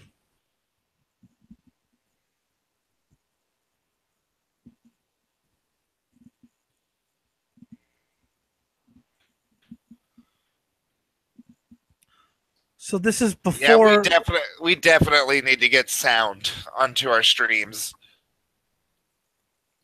And there's the legend himself, Steve Evans.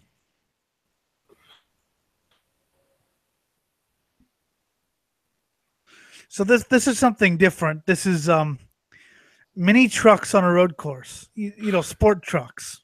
Sweet. This is before NASCAR Craftsman Truck Series. So this is the predecessor, or it's just a separate thing unrelated, altogether? But this is, 8 years before. But this is the Coors Race Truck Challenge. But rather than full-size trucks like NASCAR does, these are mini trucks, sport trucks. That looks like a cool race. Escort endurance. Yeah. That looks cool. That's a pretty legendary broadcast duo, Paul Page and Steve Evans. Brainerd International Raceway. 3 miles. Holy shit.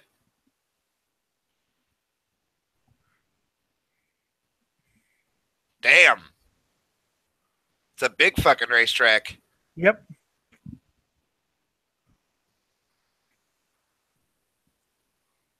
Hey, it's Elliot, everybody. Ooh, you get a lap around with a Porsche. The music. Honestly, folks, just since you can't hear it, I strongly recommend you going to watch some of these things we do on here until we get sound to you guys. But the music in these old SCCA 80s racing videos is great. Like, yeah. There's just something soothing about it. And the commentators, the old style commentary.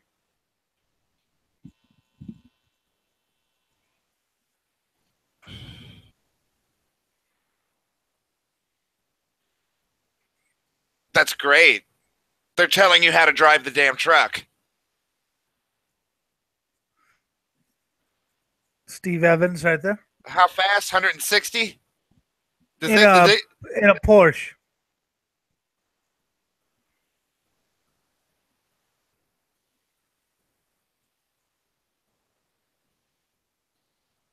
Elliot Forbes Robinson is the driver. He's a pretty good driver, too.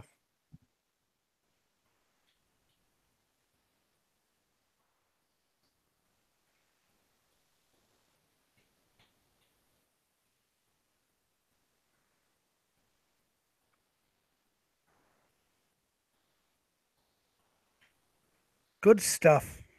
It is good stuff. This is amazing. A little bit different than Indy. Yeah, the commentary here is absolutely astonishing. Every single race should start with this. Agreed.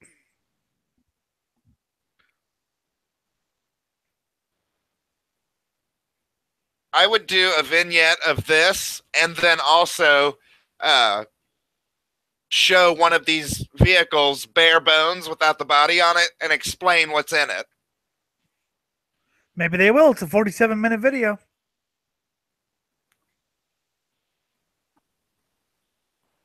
Just so, because especially for the enthusiast who likes to know what sort of engine, transmission, These are more stock. All that shit.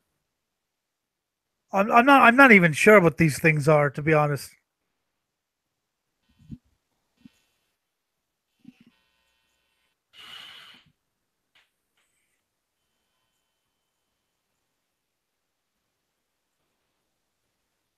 Yeah, Paul Page, he did the radio broadcast at Indy from 77 to 87.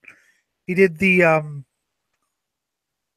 TV from 88 to 97, 98. Dude, I want to look into getting a job at a racetrack. He's done TV many times. He's the voice of IndyCar.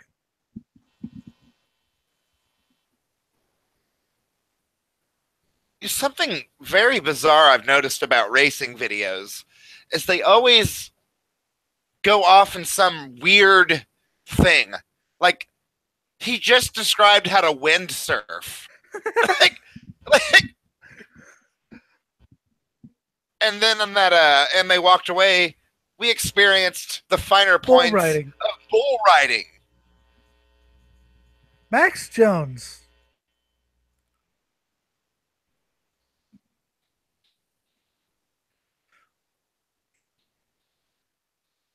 Camel, when cigarette companies were allowed to advertise. Yeah, you're gonna love these cars. You're gonna love these trucks, Scott. Do they bounce around a lot and shit? You need to see these things going into the turns.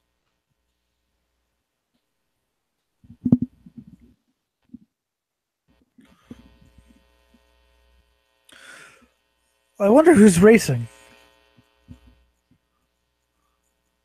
Man, these trucks are cool looking, man.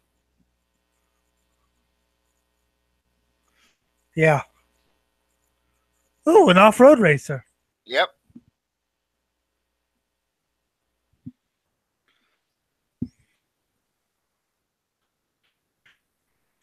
This is gonna be fun.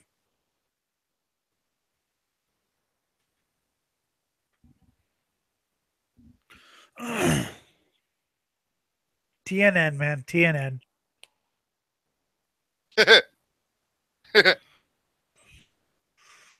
So he's a Baja racer. Interesting. I said, yeah, that's what off road means. Well, off road can mean a lot of things, honestly. But that's what they race. They okay. I want to hear the starting grid. That's what they're going through right now. They're at 14th Yeah, I know. position I'm right now. listening. Tommy Archer, great racing driver.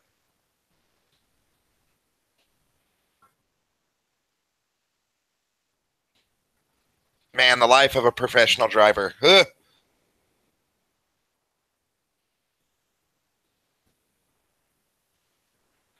Okay, I've never heard of that guy.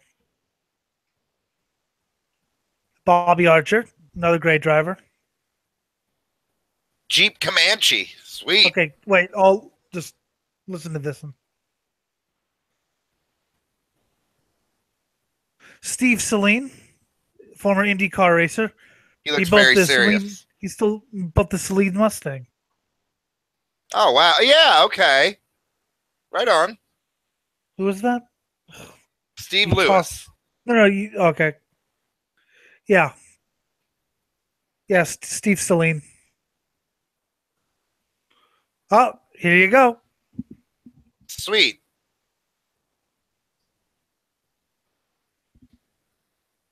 It's exactly what I wanted.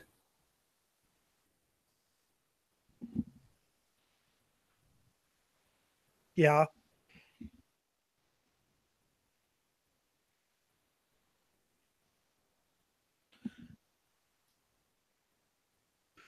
Yeah, these are pretty stock, actually.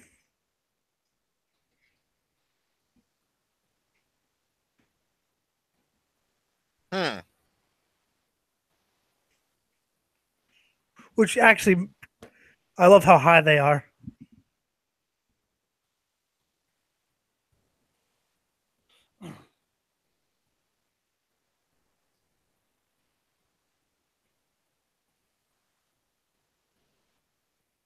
The son of a bitch has a horn. Drum brakes. Oh, they were changed. Okay. Dude, he has a horn.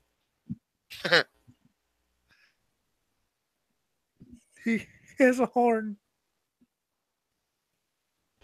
109 horsepower. So they put a lead weight in his truck. Interesting. Ballast.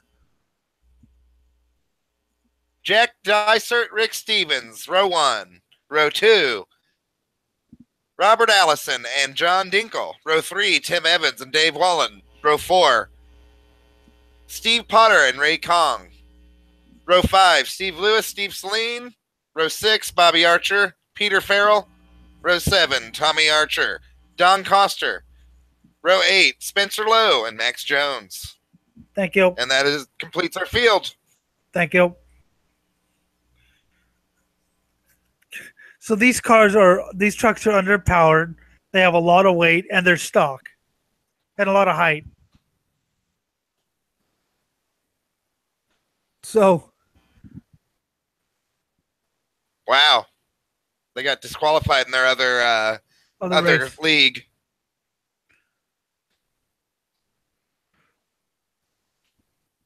Wow, Johnny O'Connell, he's still racing. All right, we're about to go green here, guys.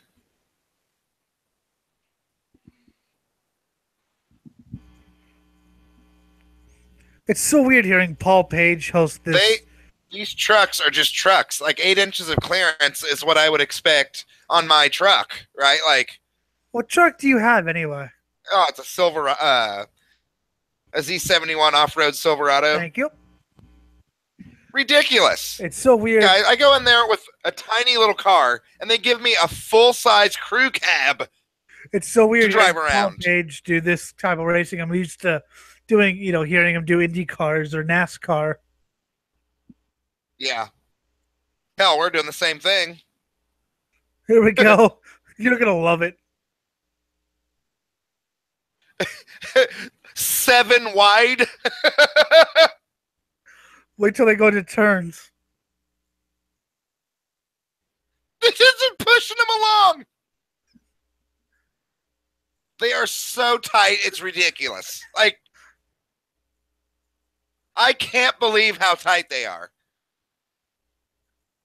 Little four bangers. That truck is on his ass, just pushing him. Truck, Paul, truck.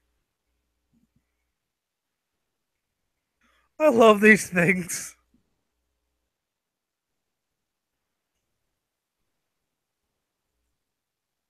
Are these heat style? Like, how long are we going to go here?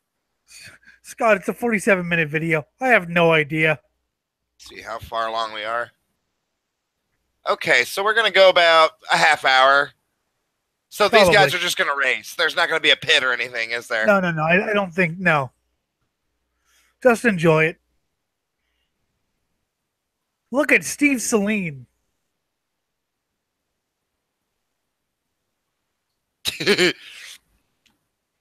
8 inches of clearance is hilarious. Seeing underneath, like through the truck. Yeah. Too bad these trucks never really caught on. I mean, considering that, they're running flat. I mean, yeah, you see the body lean, but for what it is, they're running pretty goddamn flat. Too bad the trucks never really caught. I think it was done by about 91, but I love these things. I think they're hilarious. They are pretty funny. I am impressed by their suspension, though. Jeep Comanches and Mitsubishis and Nissans and yeah, all those little foreign trucks, mini trucks. Did I think Paul Page referred to a Ford Ranger as a Ford Ranger? Rangers are shitty stock, though. I hate those trucks. Oh. I mean, they're good for what they are, but I mean, honestly, if you're gonna get a truck, I would get something different than that. Even in terms of little trucks, you're better off with like a Toyota or a. They don't make these anymore, though. No, small trucks are not made anymore. Sport trucks any longer. They do not make them. They're all full-size crew cab with all the options. I like full-size crew cabs, but I think these things are cute. Well, these things are more reasonable. Like, for what I would need a truck for, these things are perfect. This is something that, I would never, ever buy one of these big crew cab trucks. Ever. I have no reason. This now excited Paul Page is. See, Alan Bestwick? You should be more like that. Tommy Archer. Nope, he's not going to get it. He's not going to get it. I grew up with Tommy Archer racing in Trans Am. Was racing a Viper. He got it. Yeah, I grew up with Tommy Archer racing a Dodge Viper in Trans Am. I think he's still racing too. It is so great that we went from the Indy 500 to this. And isn't it funny that one of the hosts he wasn't on that blog, but he's a longtime Indy 500 commentator. See, it's related, Scott. It doesn't bother me at all. I think it's great. No, I'm just saying. I'm just enjoying this race because there's no worrying about anything. They're just racing. I think it's great that there's traffic going on over the bridge on one of the underpasses.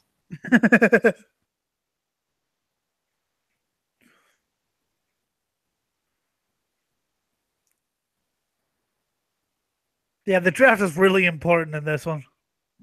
I've noticed they like literally ride within inches of each other. Well, the things make like 20 horsepower, so the slipstream's got to be super important.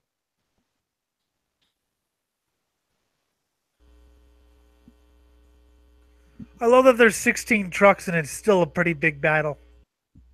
Well, there's like 7 trucks going for the lead right now. I mean, it just proves. I mean, people. Oh, it's only got 20, but you don't. It only takes 2 cars to make a race. He's off the course. Except for the Wow. What a save. What a save. For real. In the grass going that fast. What a save. Man.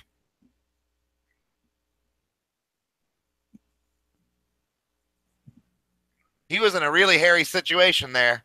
Yeah.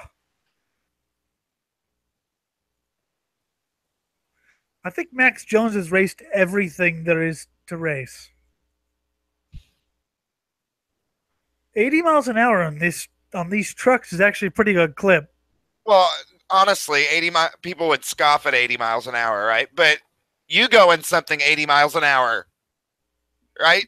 I mean, that's not slow. Well, especially in these trucks, they have the aerodynamic efficiency of a pig. Right. Actually, a pig is probably more aerodynamic. Well, yeah, it doesn't have 9 inches of ground clearance. And it doesn't have a truck bed. Actually, truck beds can create quite a bit of downforce if they're done right. Maybe, yeah, but like modern crew cab trucks, like the one I got, they're designed so that the air flows over the cab and into the bed. And it creates a whirlwind in the bed that causes downforce. So Tommy Archer went from a Corvette to this. Completely different ball game. I can't. Steve Saline's just fallen way back. Yeah, but I mean, these guys are trading positions like crazy. You're right. It's starting to thin out now, though. Starting to straighten up, stretch out. You know what I'm saying? Yeah. All right, we got a guy making a move. I'm surprised this existed because I didn't even know this existed until about 2 months ago.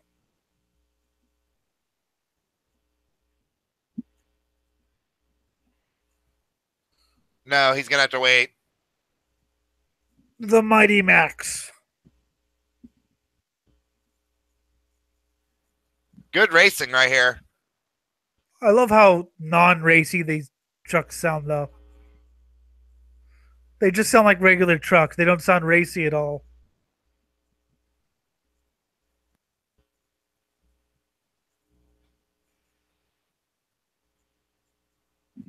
Oof. Little 4-cylinder. They're still a bit more peppy, though, aren't they? Well, the one guy has 110 horsepower. Yeah. Well, I mean, but for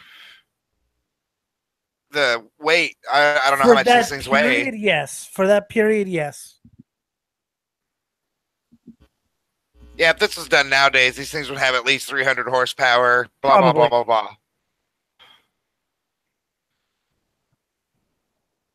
Brainerd International Raceway. But, I mean, if you're a car guy, like a street car guy, you know the whole theory of slow car fast being much more exciting and fun than a fast car fast. Yeah. Yeah, see, that's the cool thing about road courses. You can walk the course and get different viewpoints.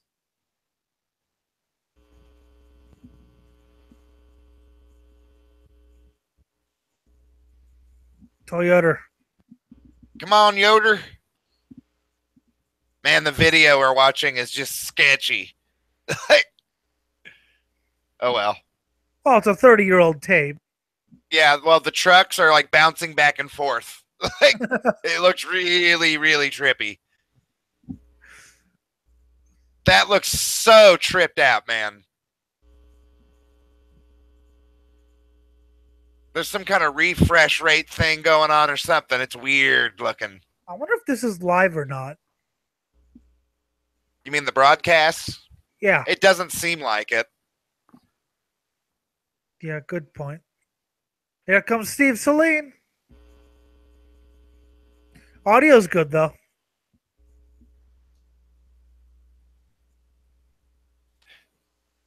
It sounds like they recorded it live, but broadcast it later. 5. But yeah, trucks on. This is before trucks on. And I only say they broadcast later because there were so many like edited and pre-shot B-roll stuff in this. So but anyways, this is before trucks on ovals was really a thing. Yeah, well, what were you going to say before that?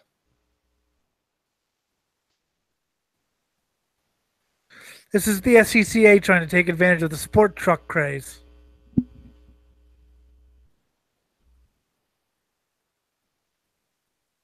Well, Jerry was a race car driver. He drove so goddamn fast. He never did win no checker flag, but he never did come in last. Jerry was a race car driver. He said, L sub number 1. Light ups 440 and light them up just for fun. Jerry was a race truck driver. Yeah. Had too many cabars one night, wrapped around a telephone pole. That's a hard song to sing, actually.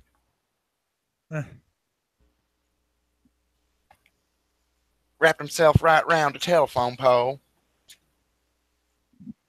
The Archer brothers, Tommy and Bobby. Ray Kong.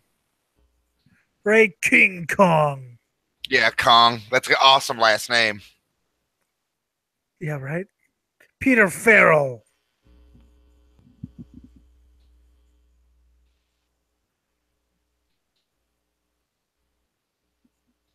Nope. Celine. He's got him? Yep, he's in 5th now. That's interesting that this guy built the Celine Mustang. He was a former IndyCar driver. I think he was even a Toyota Atlantics champion. So he built it, though, right? Like, he built it? Yeah. That's interesting. That's a legendary Mustang. Yeah, he was a former IndyCar driver as well.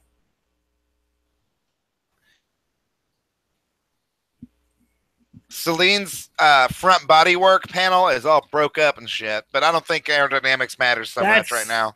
That's if you see trucks racing, you're gonna see body panels breaking. Yeah, that's just sort of a thing, sort of a given. Jeep Comanche. Such an epic truck, isn't it? Though. Yeah.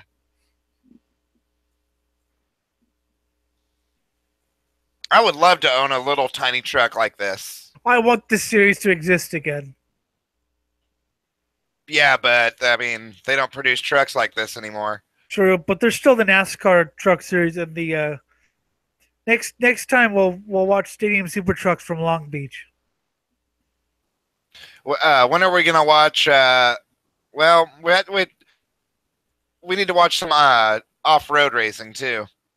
We already did. Did we watch Trophy Trucks? Yeah. Friday. It was Stadium, though, right? No, that was short course, but that's as close as you're going to get. Well, we need to watch straight-up real off-road shit. It's as close as you're going to get, at least on YouTube. I'll try to find something. We need to watch the 3-hour figure 8 race is what we need to watch. I could potentially record the Baja off of El Rey Network. Potentially. Well, how are you going to put it on YouTube, though? We would, I would screen cap and sound cap it, and then we would have to, I would have to find a way to get it to play simultaneously for us. And then broadcast that. You're just going to have to put it on YouTube. Maybe not. We'll see. I'll find something. Besides, we've seen trophy trucks before. We need to watch. We do need to just branch out and cover all kinds of shit. Well, yeah, I have. There's nothing wrong with revisiting some shit too. What happened? I said there's nothing wrong with revisiting some things. Yeah, I have a lot of ideas though, especially later on in the year when new racing happens. Look at these Supercross, guys. Look at these guys streaming. boats. We have to do It's boats. just a train of trucks right now. A train of trucks. A truck train. It is a truck train. They're So literally within inches of each other. we have to do boat racing. We have to do those mini boats that go around that short course. You know what I'm talking about? I think we have They're to tiny do. little boats, and they go fucking crazy flying around this little course. Oh, fine. You know what I'm talking about? You're not you're not very descriptive. I don't know the name of the series. The mini boats. Are they mini boats? Is that what they're called? No, I'm saying that's what you call the mini boat. I don't know what you mean. I'll have to look it up and figure out what it is. The boats and they do the thing. They go around a little short course rather than out in the ocean. Yeah, I've seen. I have plenty of uh uh racing like that. Stop bumping me, motherfucker. What if I go to the Thunder over Ohio? What happened? What if I go to Thunder in the Ohio? What's that? That boat race. It's a boat race. A pretty big one. Oh, I've always wanted to go to a power boat race. It is a power boat race. It's called Thunder over Ohio. They do fireworks and everything. It's awesome. I've always wanted to go to that.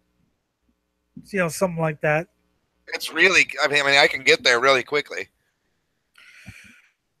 I'm jealous. I'm gonna kill you. I think I live I live an hour away from that race. I need to go to it. Yeah. Okay, so that what I need to get is a decent cell phone, so that when I go to these races, I can just stream, right? And you can hang out in that hangout. Yeah. That's what needs to happen. You need to go to Arca and Salem one of these years. Well, loose plans are Thunder over Ohio, Indy 500, the Figure 8 race, and Salem. Yeah. I need to figure out if I can do all that shit. And I'd have the Rich Vogler Classic as well.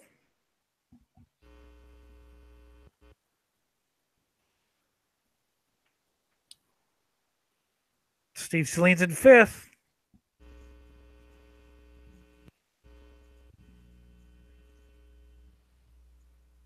They're pushing hard now. Yeah. This race is almost over. Is it? Yes, it is. I have no idea how many laps to go. Well, there's 17 minutes left in the video, so we're probably 10 to 15 minutes away from the end. Okay.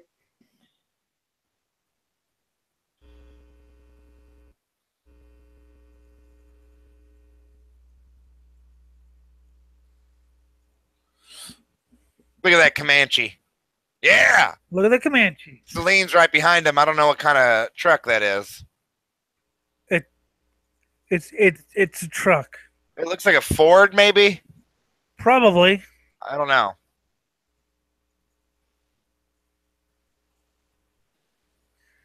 There he goes. Like, here comes the Comanche again. Yep. Comanche. Yep. Feral. Yep. You got him. Jeep.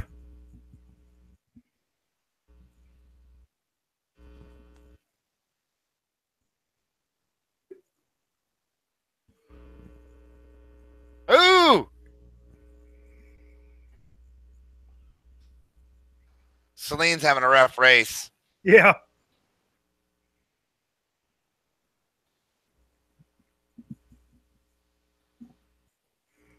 Ooh, that Comanche's getting squirrely. Yeah, it is interesting because these trucks have like no power.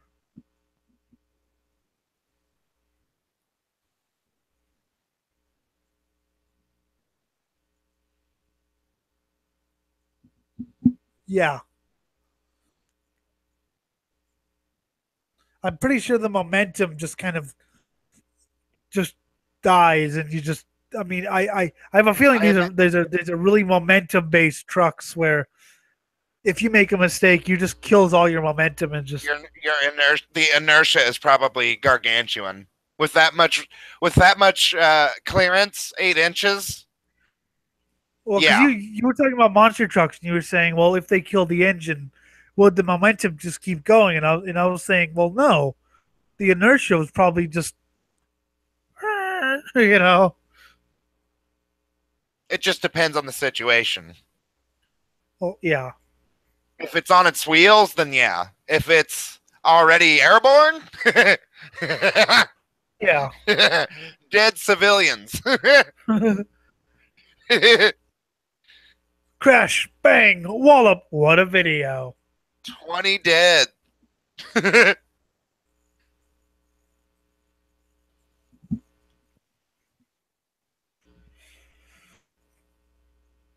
Yeah, sure. So there's, I mean, you could drive these. You could literally pick these trucks up from the showroom in These are 1988. street legal. I don't know if they're street legal anymore, but they were. I don't think you want to drive them on the street with the racing suspension, though. Man, Celine he's just not giving up that position. They have racing suspension, so I don't know if you want to drive them on the street. No. Bump. Poof. Yeah. hit a tiny little crack in the road, and it's like breaking your neck. Yeah. Oh, Celine's going squirrely. Ooh. He almost wrecked. So after the Indy 500, a novelty race. Yes. At 100 miles per hour.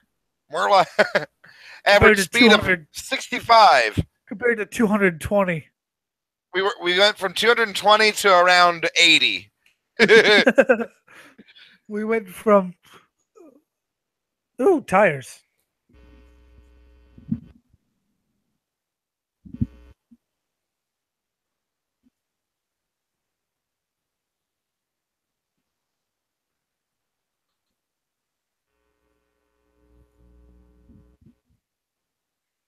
Yeah.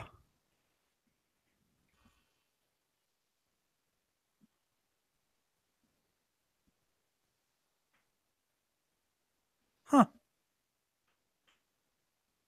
This is brilliant broadcasting here. This team, whoever these guys are the shit. I told you, Steve Evans and Paul Page.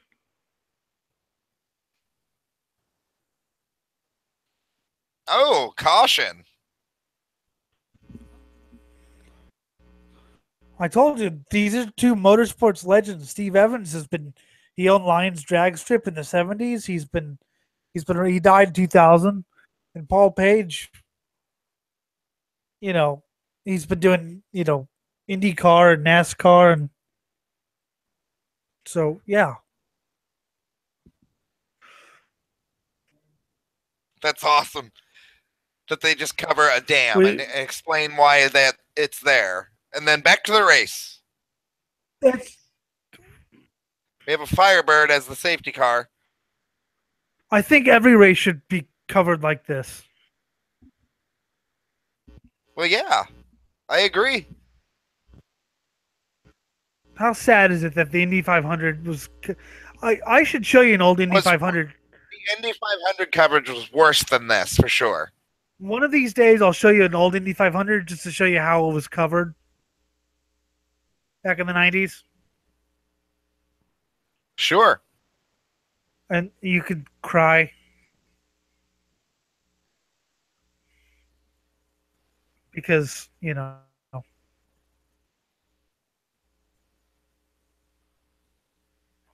Tommy Archer. The Battle of the Steves. Steve. Steve versus Steve. It's the tan Toyota. Oh, man, they're actually moving pretty good there. They look like they're going around 100. Probably 100, 110 maybe.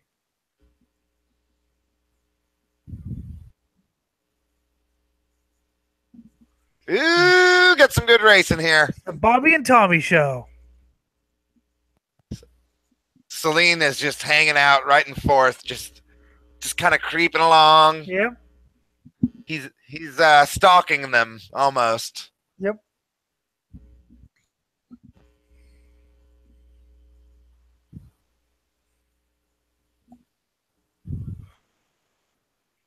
Good stuff.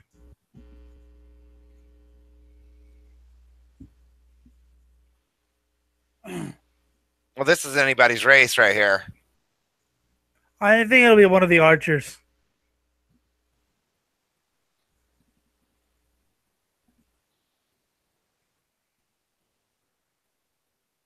Well, Lewis and Archer are pulling away. Yeah, Lewis is in there.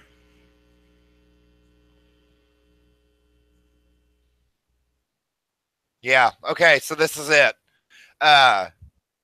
Lewis and Archer got probably 3 or 4 truck lengths of lead, if not more. So it's going to become it's between them. Yep.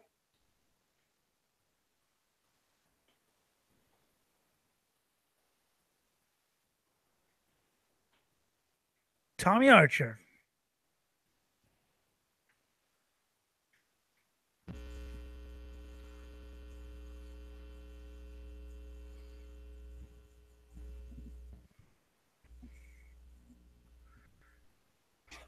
Paul Page. He's what all racing broadcasters should be. He's staying behind him. He's not making a move yet.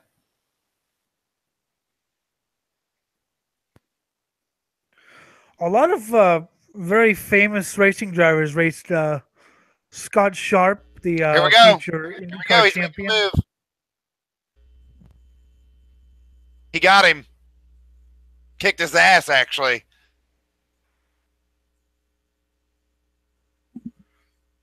Wow.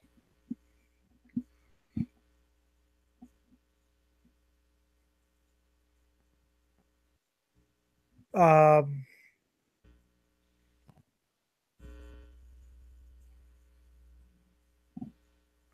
two archers.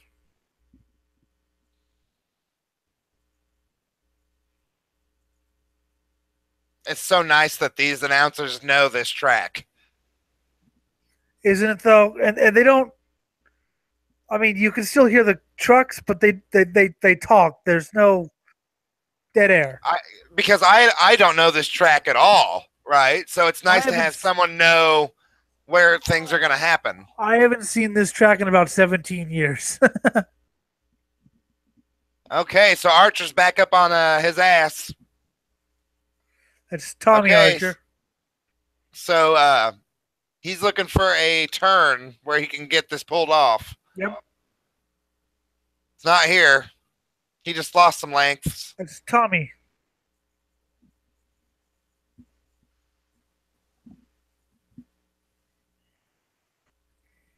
Lewis, Archer. I think Lewis has got it unless Tommy's got something for him. I don't know. Archer's making a move. Oh, he's getting it because his brother's pushing him up. Archers are going to take first and second. Yep. Wow. First and second. I think Tommy's got a better truck than Bobby right now, but Bobby's using the draft. Yeah. I think if I was Lewis, I would have left it until the last lap when they have, no time. So now, these brothers, are they going to race? Or are they just going to? I don't think Bobby has the truck right now. I don't think Bobby has the truck.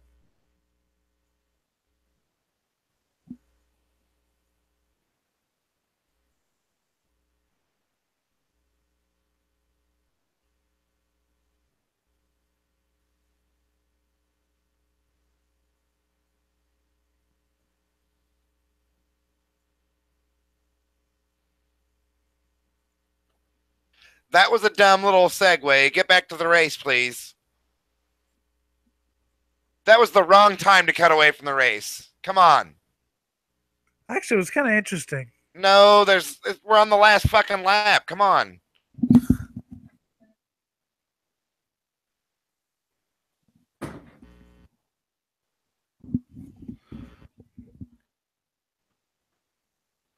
I really don't care about third and fourth right now. I think Tommy's got it. Yeah, I think so too. He drove a good race, and his brother. His brother's passing. He got him. Wow. Got him. Oh, wait, it's a race. It's a race. Oh, it's a race. Oh, photo finish. Photo finish. Bobby got him. Wow. Wow. I didn't think Bobby had the truck for it. He just waited. He waited till the last lap. Wow. And you know dinner that night was going to be funny. What a race. Yeah. All right, I'm going to stop the stream. I got to go eat something. All right, guys. Well, thanks for watching, everybody. We'll be back some time, maybe even later. I don't know. Bye.